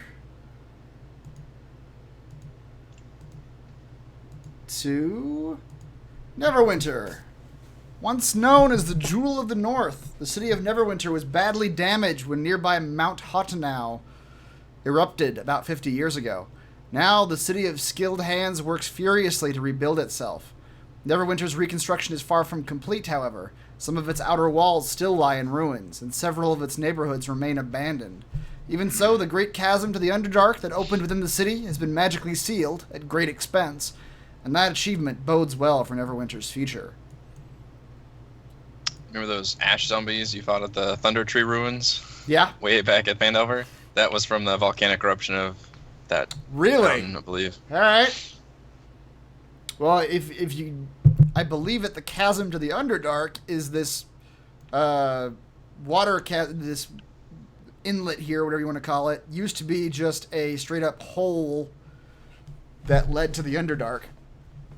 Oh. There are other maps of Neverwinter from previous adventures where the water has not been diverted into it, and it is instead just a big gaping chasm here.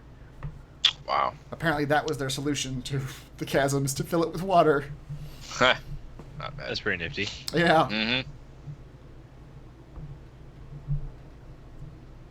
All right, you guys come out of the Harper safe house in a... It's very close to an abandoned neighborhood. If you guys look at the map, you can tell... If you guys look at the map, you can tell that this whole section of town, you can kind of tell the destroyed buildings. And this section, and then down here is even worse, on the southern end of town. Where most of the damage in the areas that have been abandoned are. But you walk to the west, and as you walk, Are these houses abandoned from the same event? Yes. Well, you know what? I don't know if the actual chasm to the Underdark is the same event as the volcanic eruption, or if those are different events. I think the chasm, the destruction of the city may be one event, and the chasm may be a different event. Okay. I'm not positive about that. But yeah, the destroyed sections of the city are from the volcanic eruption. As you travel west, the buildings get nicer and nicer and better maintained until when you get to the area surrounding this lake here, it's very nice. Nice houses. This looks like a rural section where just people's big houses are, and you approach the Roaringhorn estate, right here. It's very much looks like a palatial mansion. It's got its own property where the road kind of goes around it. It's got a lot of land. Almost looks a little bit like the White House in terms of how it's set up, with land all around the edge of it. You guys just approaching the front door? I guess. Should we sneak around and break in? I mean, that's always an option. Just you can also burn things down if you wanted to.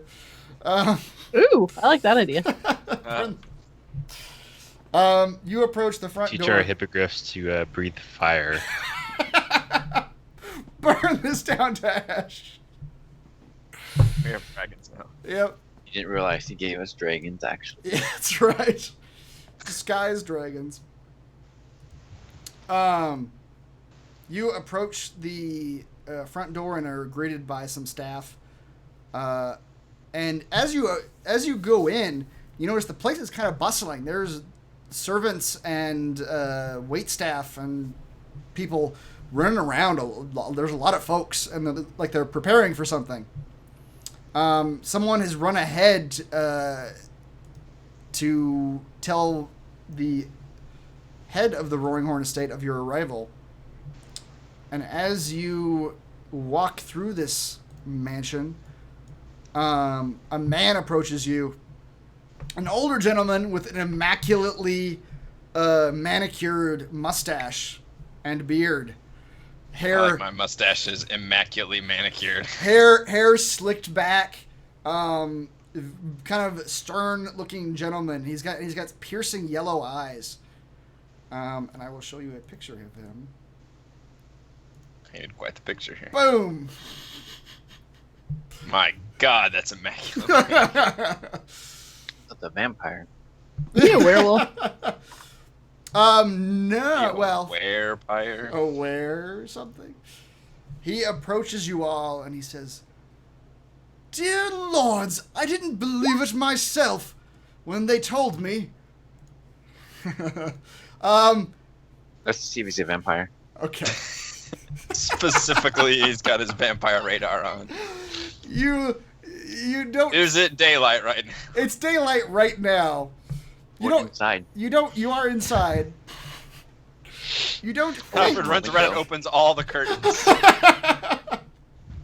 There are you could do that. There are windows nearby. Jokes on Suddenly you. feeling claustrophobic. I need to open the curtain. He bursts into UV flames. can't pierce glass.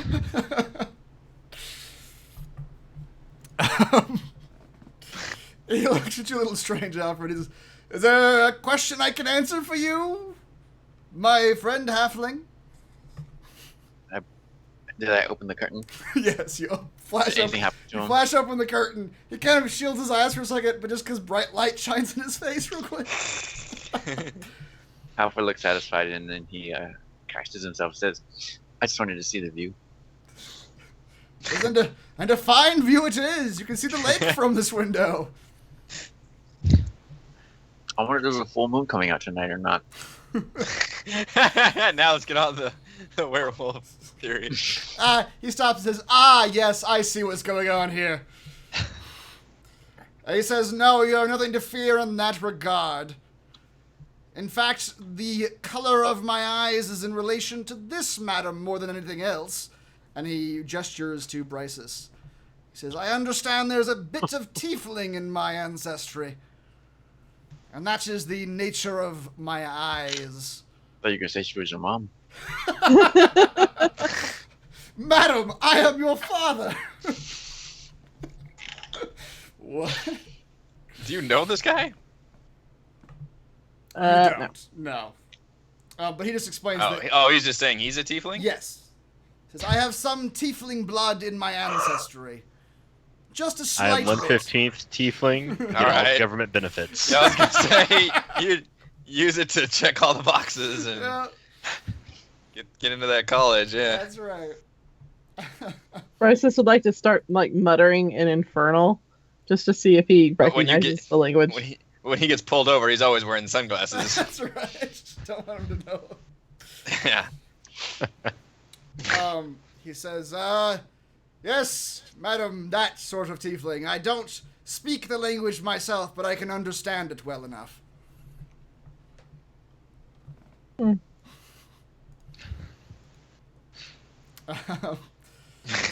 Bryces has nothing to say to that. Okay. Look, we're not like a bunch of racists or anything. We just, we're I would we say run into a Infernal. lot of In Infernal, I'm gonna say Kazan is completely a racist. we run into a lot of dangerous people.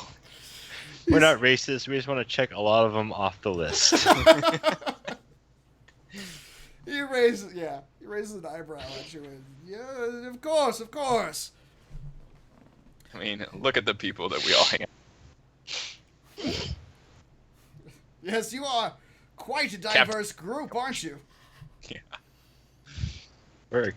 Never mind. You can't be racist. You hang out with all the token races. You have a Right. token everything. We should be on a college pamphlet. That's right. Exactly. Reprinted multiple times because we're the only ones at that college that fill that. That's right. So we're in Just the pamphlet multiple poses. In one of the photos, one of you is a professor. And in the next, you're a bunch of students. The other one is just somebody's got a football helmet on. Wait a minute. Yeah. Look at all the Dragonborn at this school. That's the same Dragonborn over and over again.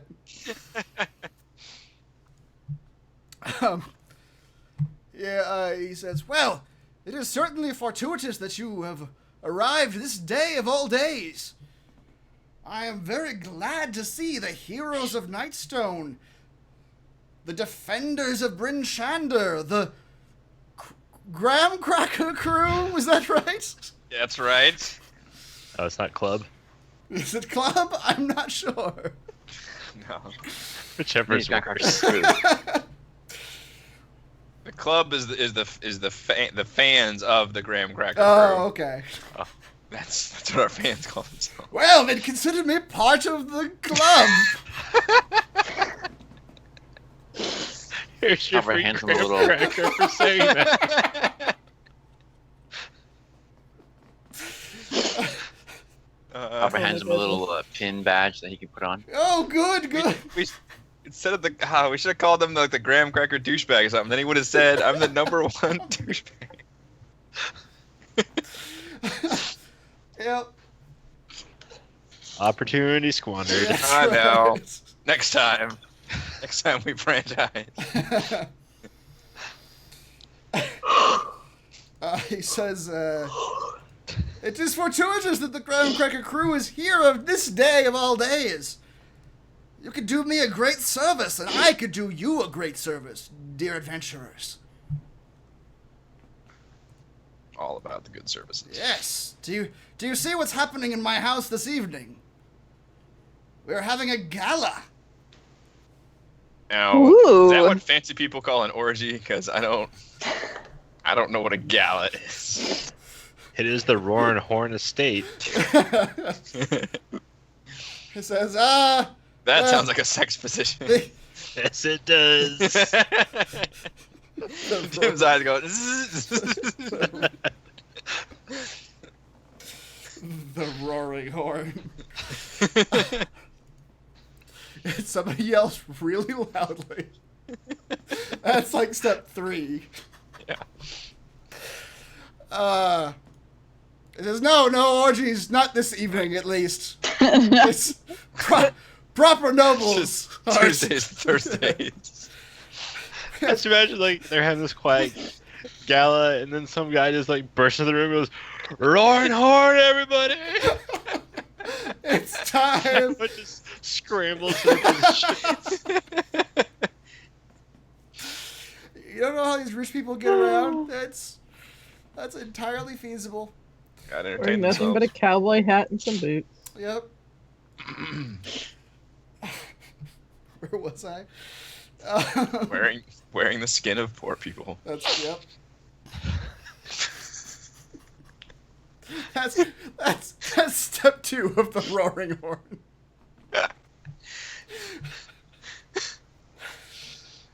Oh man. It's not a fun sex act. It's pretty messed up. Why would they do it? I don't know. Oh man. Can't put the 3 of y'all together for anything.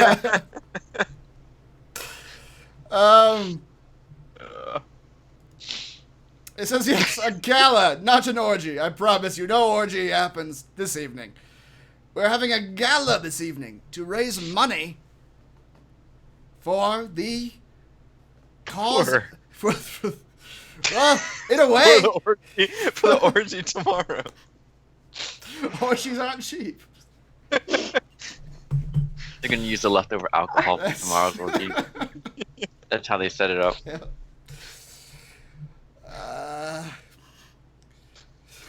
Anyway. I'm so glad you don't tag us in this on Facebook. Eric. Oh yeah.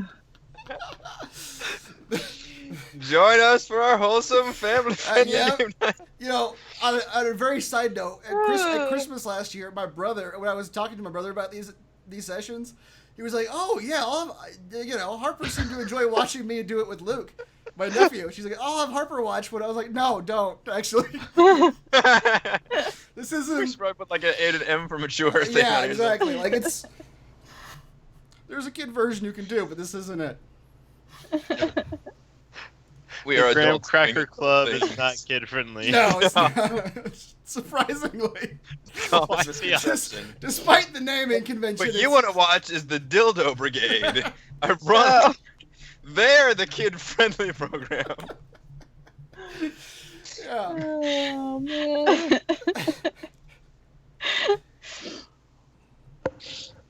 Oh. At this Love their dill pickles. Jason Dildos. At this point, all the wait staff has just sort of stopped and watched this conversation go down. Like, what is going on? No, he says, to raise money for the reconstruction in the wake of these giant attacks. You know, it's not...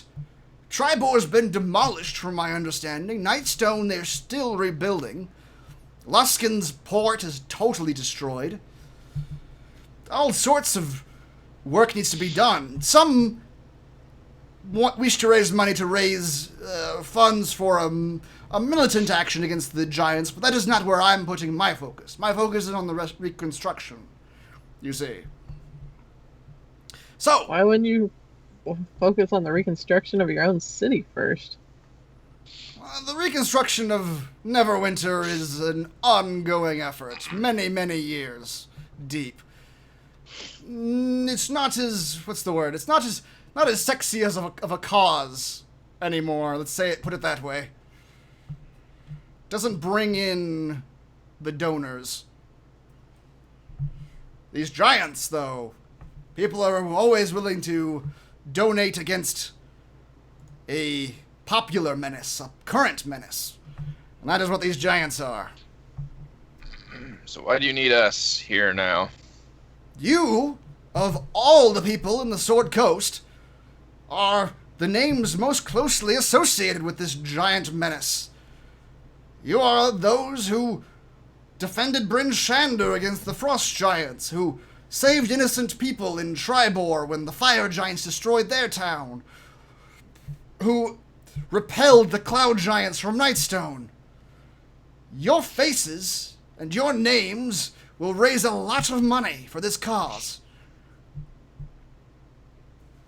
I need you to be guests of honor this evening. Kazin's eyes flash. Will there be food? More than you can eat, my boy. Yes. Food and drink abound. It's a high-class affair. It has food and drink. that's how you I'm know. in. I'm so in. All those rich people and their food. their food and their drink. Like So a bunch of in for that. assholes. Excellent. Excellent. The gala should start in a few hours.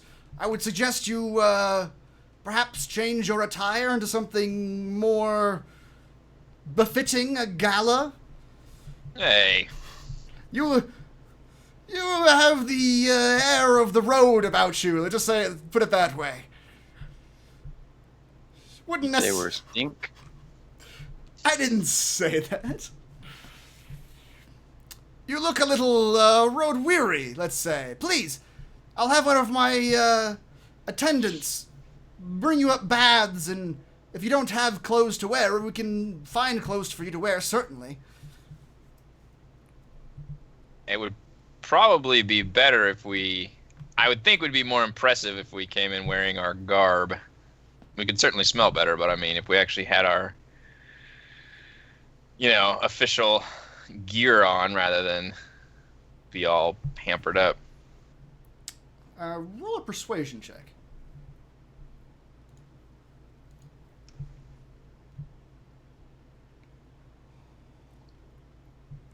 He stops and thinks for a minute, and he says, you are right.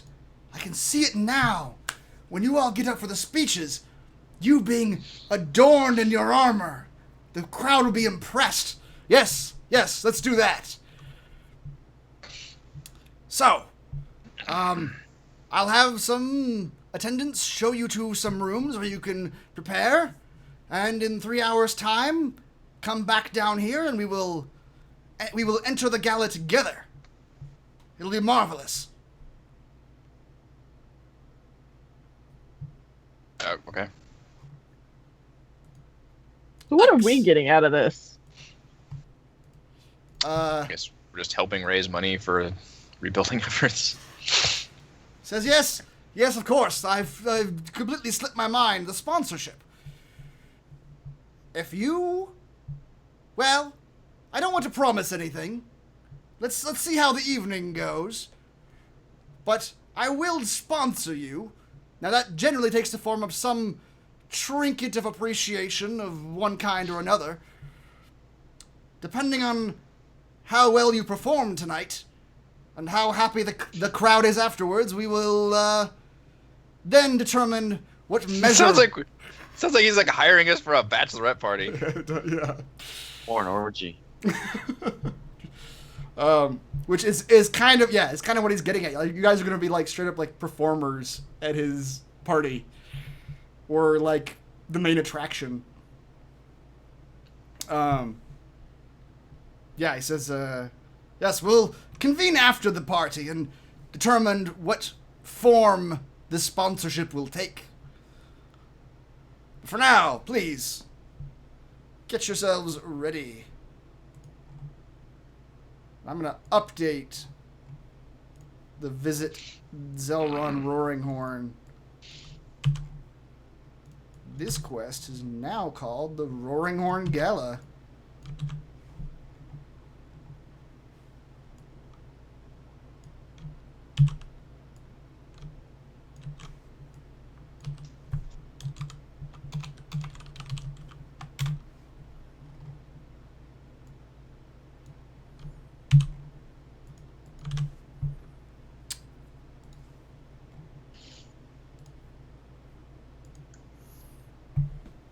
All right. He has some folks show you up to rooms, and they're very immaculate guest rooms that all have baths that have already been filled with warm water for you. And there are closets with nice clothes, but like you guys said, you're gonna wear your actual armor and gear down to the party.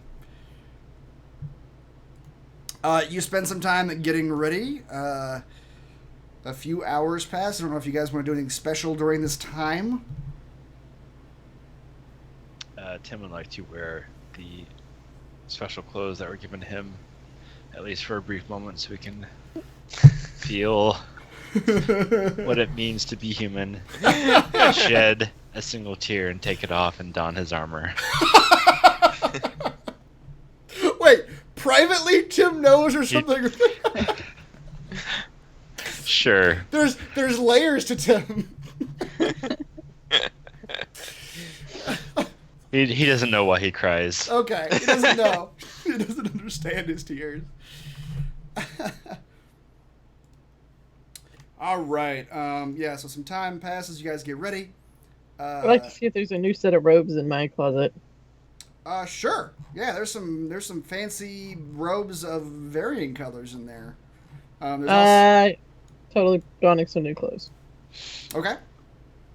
So you're not wearing the armor, are you? Exactly. I'm taking the fresh clothes when I can get them. Yeah, so you guys can take any clothes you want.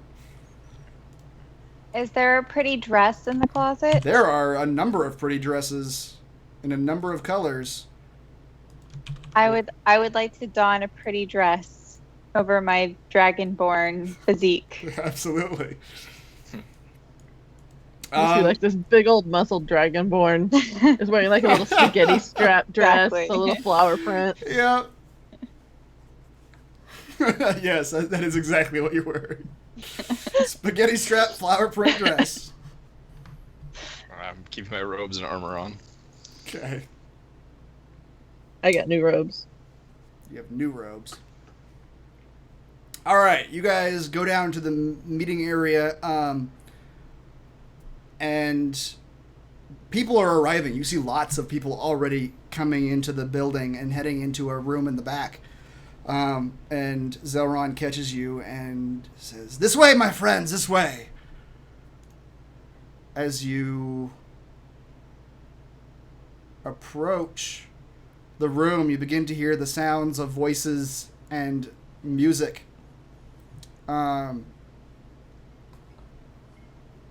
Is this the right one? I don't know if I clicked the front. There you go. I hear sounds. Yep. And he leads you to a set of large double doors and throws them open and steps in with a lot of bravado, with you coming in behind him. And you guys enter into a huge feast hall. There are tables laid out on the either sides of the room, large marble columns coming down the center of the room. It's full of all sorts of noble people in nice clothing. You also note that it's a variety of races, too. Despite the fact that all these tokens are, like, white people. There are... Damn you, fantasy artists. Yeah, there's not many... There are almost no noble... Some are the same exact picture. A lot of them are the same exact picture. In fact, There are 4 old guys right in the same screen. In fact, you might notice it's the same 6 tokens over and over again.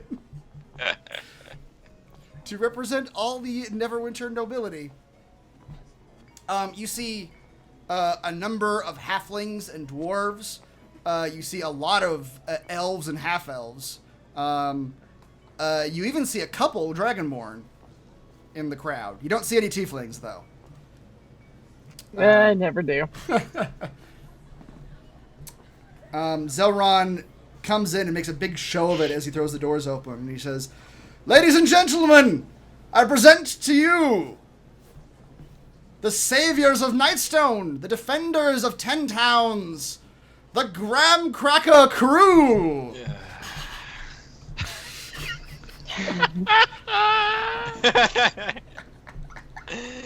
Hasn't got his chest puffed out and it deflates. God damn it. Tim stands up a little straighter. The Bryce crowd... just starts throwing graham crackers everywhere. Yep. to the... Like glitter, but graham Corinne's crackers. just gonna curtsy awkwardly, spread her dress out. Nice.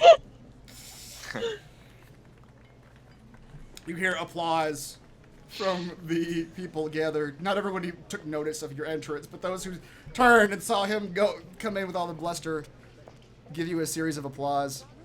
You guys come in a little bit, and he turns back to you, and he says, please, the actual presentation won't begin for a little while now. Just make your way about the room, speak to some of the guests, keep them happy, you know, that sort of thing. They'll surely It's not want... your job. Well, I'll be doing the same. But they'll surely want to speak to you more than they will want to speak to me. They know me. You are the exotic adventurers coming in to tell tales of your adventures. So, I will call you back up to the head table when the time is right. But until then, mingle.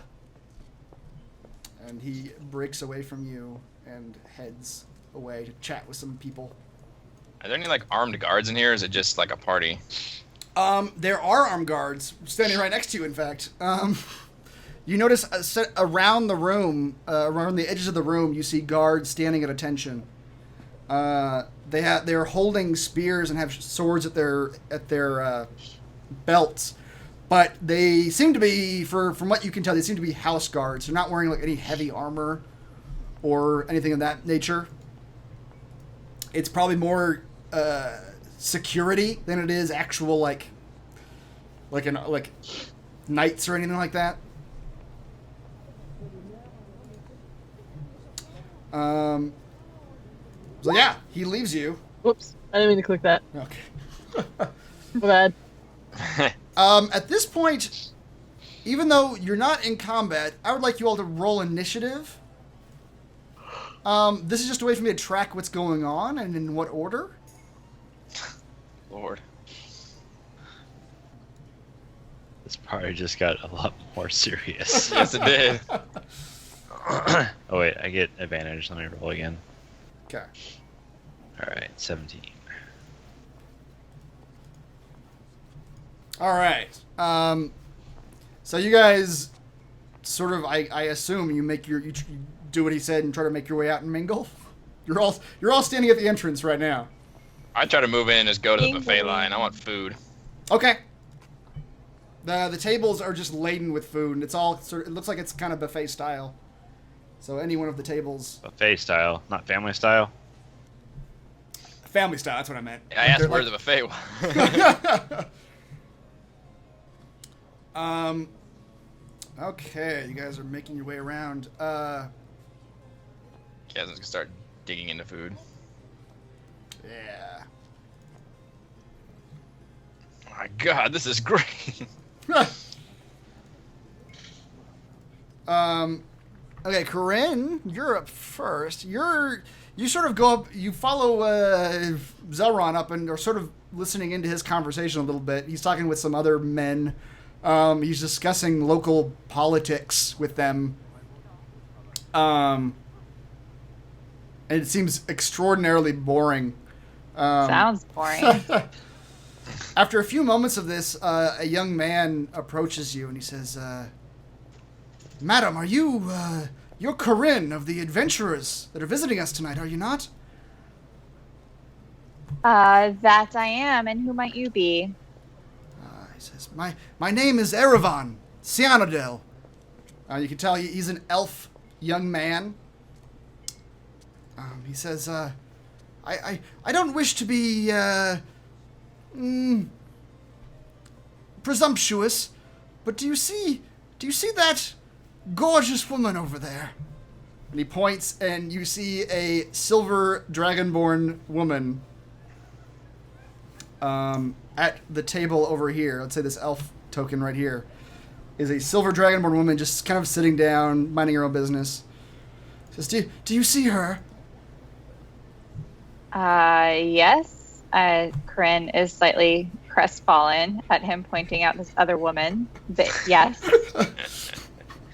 He doesn't take any notice. What you of being- her? He says, I was hoping perhaps you could help me with something. You see, I have something of a crush, I suppose, on this particular young dragonborn. I see her around all of the parties, but I haven't had the courage to speak to her as of yet. So you're wanting get to me be his wing person. like, introduce, like, because I'm also a dragonborn, you assume I know her, or like, what He are says- you asking of me? He sort of pauses and says, I suppose if you could, yes, just that. I mean, not the racist bit, but the part where you perhaps introduce yourself to her with me there, and perhaps you mention my name, and perhaps mention that I'm maybe a friend. That might be all that it takes. All right. Well, I was told to mingle and keep you people happy, so let's go. You should call him Leroy when you introduce him. I did kind of forget his name. Is Avalon or something? Erevan was the name that he introduced. Aravan. He walks over to this woman right here.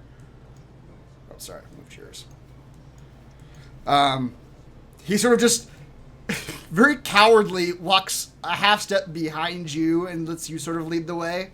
And when you get to this silver dragonborn woman, he doesn't say anything. He's just sort of standing behind you. Women love that. So I'm gonna speak in Draconic to her, and I'm gonna say, "Hey, I'm Corinne. This guy is super into you and wanted me to introduce you to. What do you think?" She turns and looks at you, and then turns and looks at the man behind you. And she says, in Draconic, she says, I think you should look where he has his right hand. And you look back, and he has his right hand in his pocket. He says, what do you think he has in there?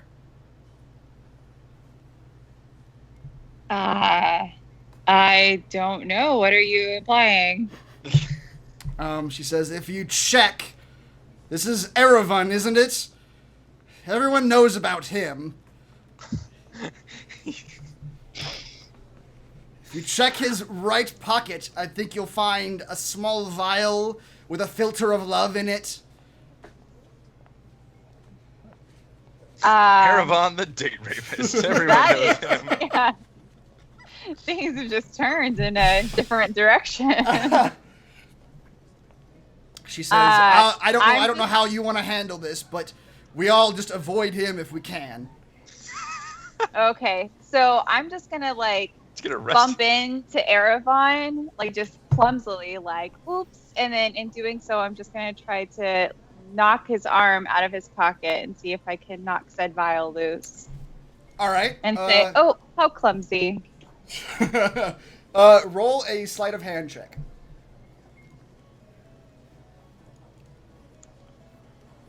Ha! Well, you roll it twice, but you rolled amazing both times. You do that. You do your maneuver. You sort of and are able to hook your elbow into his arm and pull it out of the pocket. And his hand comes flying out, and you hear a little crack on the ground. And you look down, and there's a cracked glass, and a red bubbling liquid is sort of slowly dissolving onto the stone floor. And he sheepishly looks up at you and says, What have you done? Oh, it's just girls being clumsy. What can I say? Says, oh no, I have to go home now. I need more. All right, see you. Well, it was very nice talking to you, Leroy.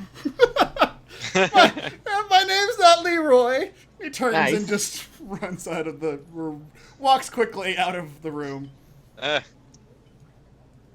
From across the room, Bryce can sense Corinne's sassiness with that dude and just looks up and gives her a thumbs up. Halfred, meanwhile, Alfred, being a halfling, likes to find places with high vantage points. So he makes his way all the way up to the front,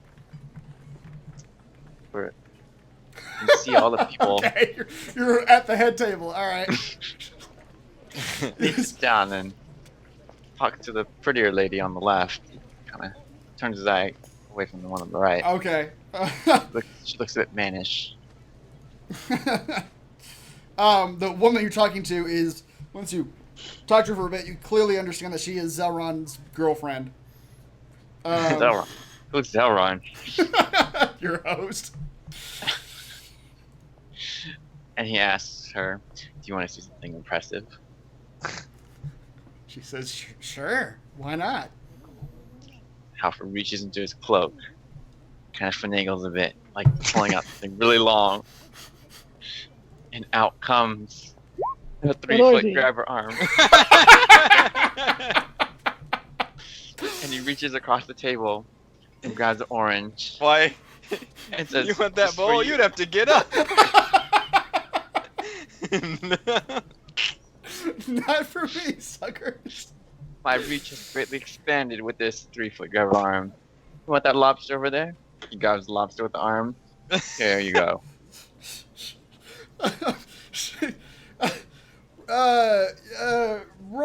Roll a persuasion check to see how impressed she is. Critical success. Come on. Wait, I will use a lucky for this. Zelron has a 4-foot grabber arm. I don't have much charisma. Can we roll it? Oh! Okay. The grabber arm goes out, and she looks at it, and she's, I've never seen anything like that. Can I touch it? You may. She sort of strokes So it a little bit. stiff and strong. Give it a squeeze. That's how you make it work. She puts her hand over yours to sort of control the device. Is this how you do it? Is this how you control it? It is. What do you want to reach for? Uh,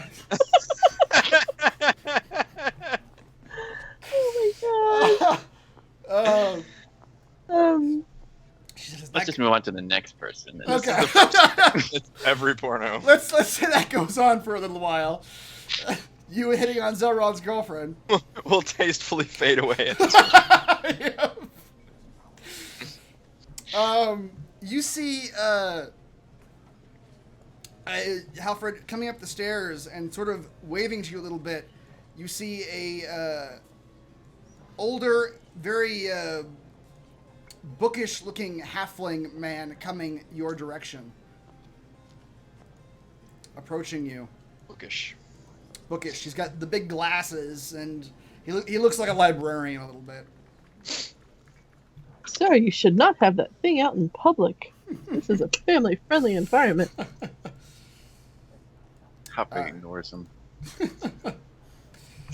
Says, hello, sir. It's good to see another halfling at events such as these. How are you doing this evening? I'm busy right now. Can you chat later? Yeah, I was Can't hoping. you see I'm grabbing things? My apparatus. I was hoping to get a moment of your time. I'm something of a scholar in the realm of giants, you see, and you and your crew seem to have more experience with giants than anyone else I know. Perhaps you'd have just a moment of time?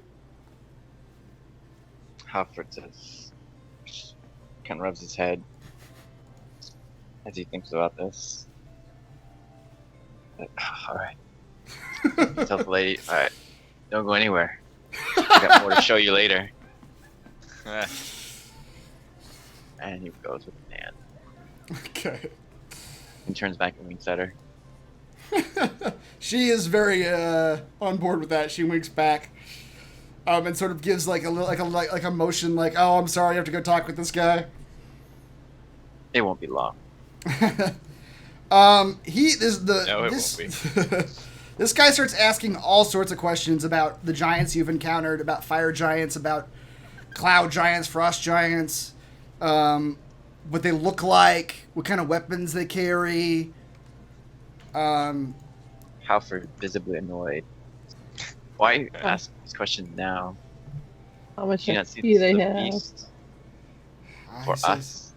Says, oh yes, of course. Zelron's woman and you seem to be getting along quite nicely. Well, perhaps we can go over the details of giant culture later. I'm also interested in your crew itself, your adventuring company, and your future plans. What are you doing in Neverwinter? We're here for something.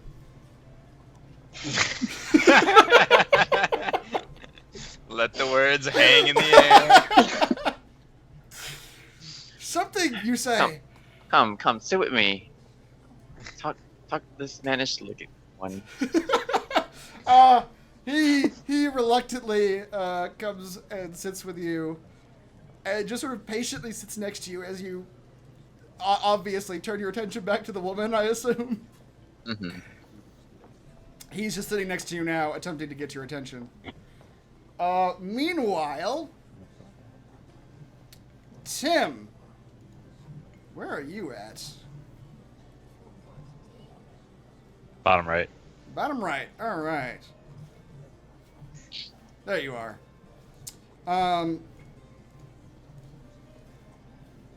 Tim, what are you doing right now? I'm stuffing as many pickled cucumbers in my mouth as possible. There are a lot Pickled cucumbers? Is that what you said? Yep. You mean pickles? I was gonna say those are pickles. I thought of pickled cabbages originally, then I thought pickled cucumbers would be funnier. What? You weren't Pickled wrong. asparagus. But the way Tim does it, he sort of cocks his head God. back and opens his mouth open no. like super wide, and is just like dropping him down That's into terrifying. his hatch. Jaw hinges. Oh boy. All right. Well, despite this horrific display, No one should watch him eat. you're not even looking around. You've got your head tilted back. I am Stuffing not. pickles in there.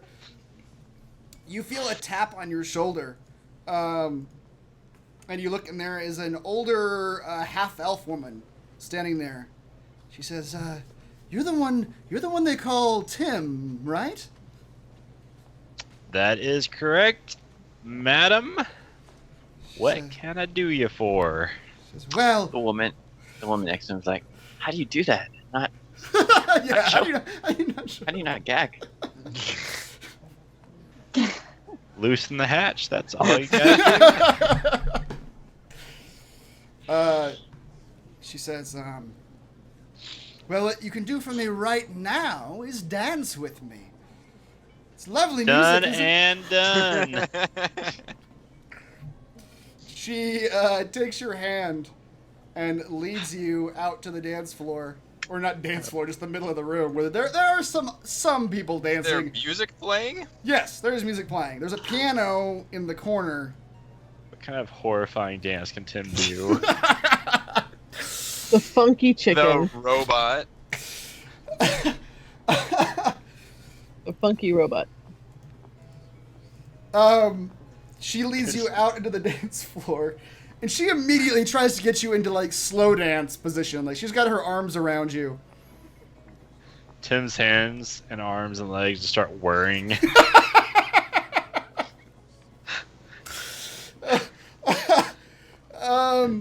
His eyes glow and he just sort of like gyrates It's like super fast. like his hand just starts doing 360s.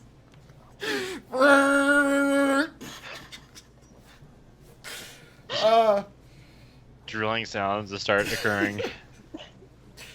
This woman is trying to dance with you, but your gyrations and whirring make it almost impossible to actually dance. And she backs up, slightly horrified.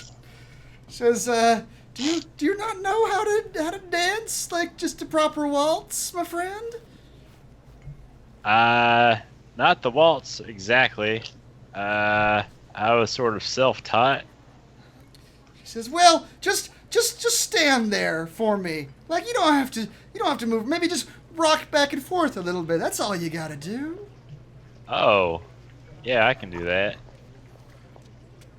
She comes back in close and tries to just sort of rock back and forth with you, and immediately gets really handsy. As she's dancing, she's got her arm around your waist, and she says, "Oh, you're just got skin tough as bark, don't you?" It's getting Yeah. very This is strange. the horniest gala ever. This is an But orgy. it is This is just the pre-orgy, like, foreplay. Yes, ma'am. When you gotta have skin like that in the region of where I come from, those leeches will puncture right through you. Leeches, huh? That's Oh, yes. interesting. Tell me more about your leeches. Well, I don't have to tell you nothing. I can show you right now. That's when What? Tim took his pants off. So Tim, as you were dancing, as she sort of bringing you back and forth, you do see across the room an older gentleman stand up from his table and looking at you very angrily. And he's starting to head your direction, but about the time you start talking about your leeches, the woman sort of stops dancing with you, and she says, "What are you talking about? Your leeches?" Oh, yes, ma'am. See? And he just like shows her a handful of leeches. She says, "Oh my gods! Never mind." And she just turns and storms off, and she storms past the angry-looking man. He follows her away. Tim shove the leeches back inside of him. She did not want to see your leeches. Bryces. That's me. The gentleman that is standing next to you, you're sort of, what are you doing? You're just sort of looking around, just hanging out? Yeah, just kind of looking to see if I recognize anybody or see if I see the Weevil here or anything like that. All right. You don't recognize anybody immediately. A man, though, that's already standing very close to you, he says, he's dressed like a military representative. He's got, like, the uniform and, like, ribbons and stuff that makes him look like he's a military man. He turns to you and he says, "You are one of the adventurers who has fought the giants all across the Sword Coast, are you not?" Quick one you are, aren't you? Ah, I knew I recognized you. Well, perhaps you can help me with something that I've been having trouble with here at this gala. Well, I'm sure they got a doctor for that. It's nothing medical, per se. It's more of a philosophical problem. Okay. These giants that are all over the Sword Coast wreaking havoc. You've got people like Zeluron here who are trying to raise money to rebuild in the wake of their attacks. But shouldn't there be a more permanent solution to this problem? Doesn't it seem apparent to you what the actual solution is? I know what my solution would be, but what do you feel your solution would be? The giants. They need to be dealt with. They're a How would scourge. you deal with them? If I shored up the entire of the Neverwinter militia, I could ride out right now for Tribor. I could find the nearest fire giant, follow them back to wherever the hells they came from, and exterminate the lot of them. You give me an army and I could handle this whole situation in a fortnight.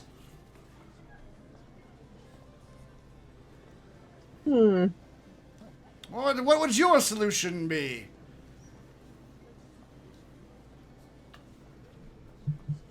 Well,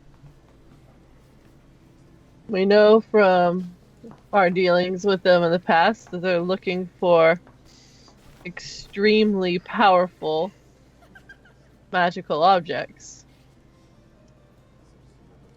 So my solution would be to find those said objects to understand why the giants would want them.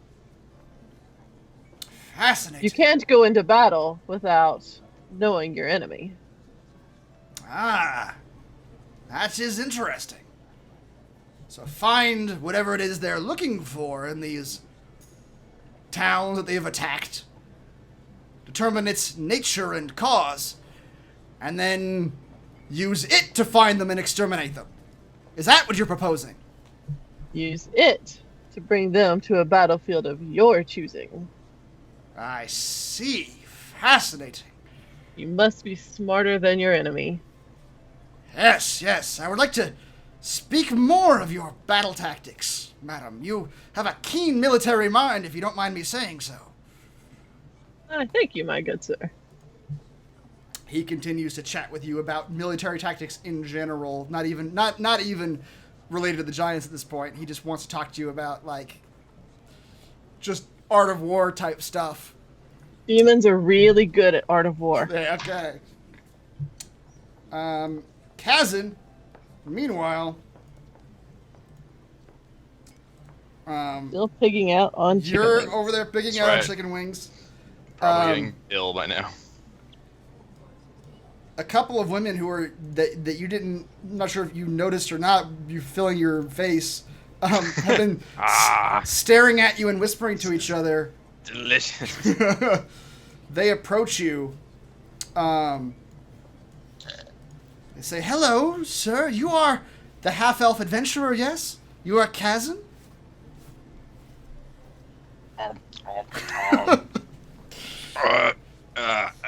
Yeah. Yes. We heard, and she glances at her friend, and what the two women are. One of them is a a middle-aged woman, and the other one is a slightly younger dwarf woman. They say, we heard that you can read minds.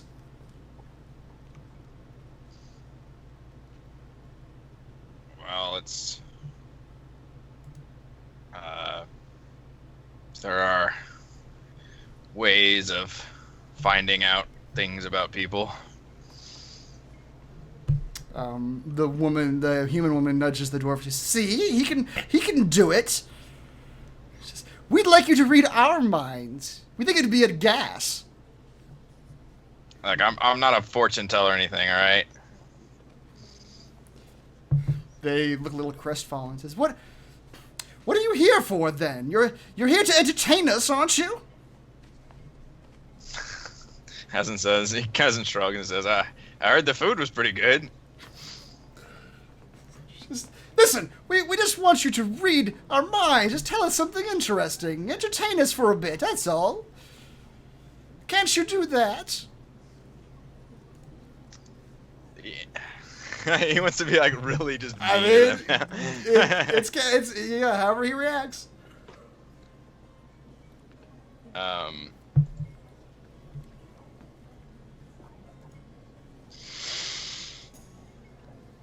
These women are being very pushy. Yeah.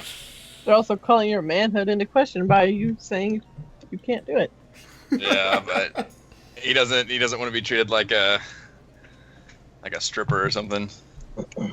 Like, I'm not here to perform as your mind monkey. Kazan, the mind monkey, whatever your last name is. That's right. He's gonna say like, I don't know.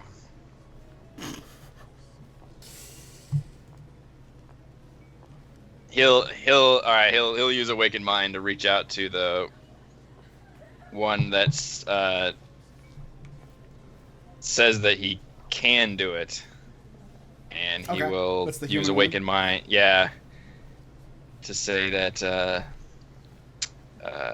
maybe he says maybe he can do it, or maybe he can't. He just tries to be like a really confusing, like stupid, like lyrical thing that he thinks that they would really like love, and just some bullshit like, can he? Or is these your own thoughts? Can you trust your own thoughts? Like that kind of thing. Okay. The woman just turn back to his food. The woman begins giggling profusely, and the dwarf woman says, "What's so funny?" And you sort of lose track of the conversation as she pulls the dwarf woman away as she's still giggling to herself. We're back up to Corinne, but this is a good time to end it. We're right on 10 o'clock. So... 10 o'clock. Well... That must be nice. I'm in LA. You guys... I wish it were 10 o'clock. Yeah. So we will pick up this party next time. So next time's the orgy, then. This was That's right. Orgy. This is the foreplay. We're getting into the good stuff. My goodness. XP wise, you guys got 3,000 experience for finishing the Pylon's Pilfered Payroll quest. Try to say that 5 times fast. Yeah. Pilfered Payroll quest. Nope. I Nope. couldn't do it. And that's it. You guys are in the middle of a thing right now, but you have not completed it yet. So that's 600. 600.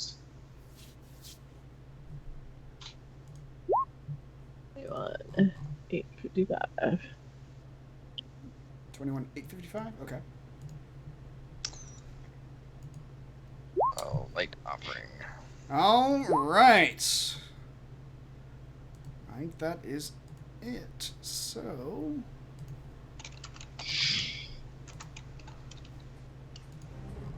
Thank you to Eric, Heather, Reese, Rochelle, and Raymond. I am Chris. We are here doing D&D 5th Edition Storm King's Thunder every week. We will see you next time.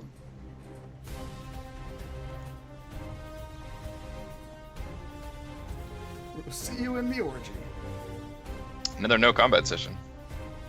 Yeah. I was actually like 80% certain this would be a no combat session. Yeah.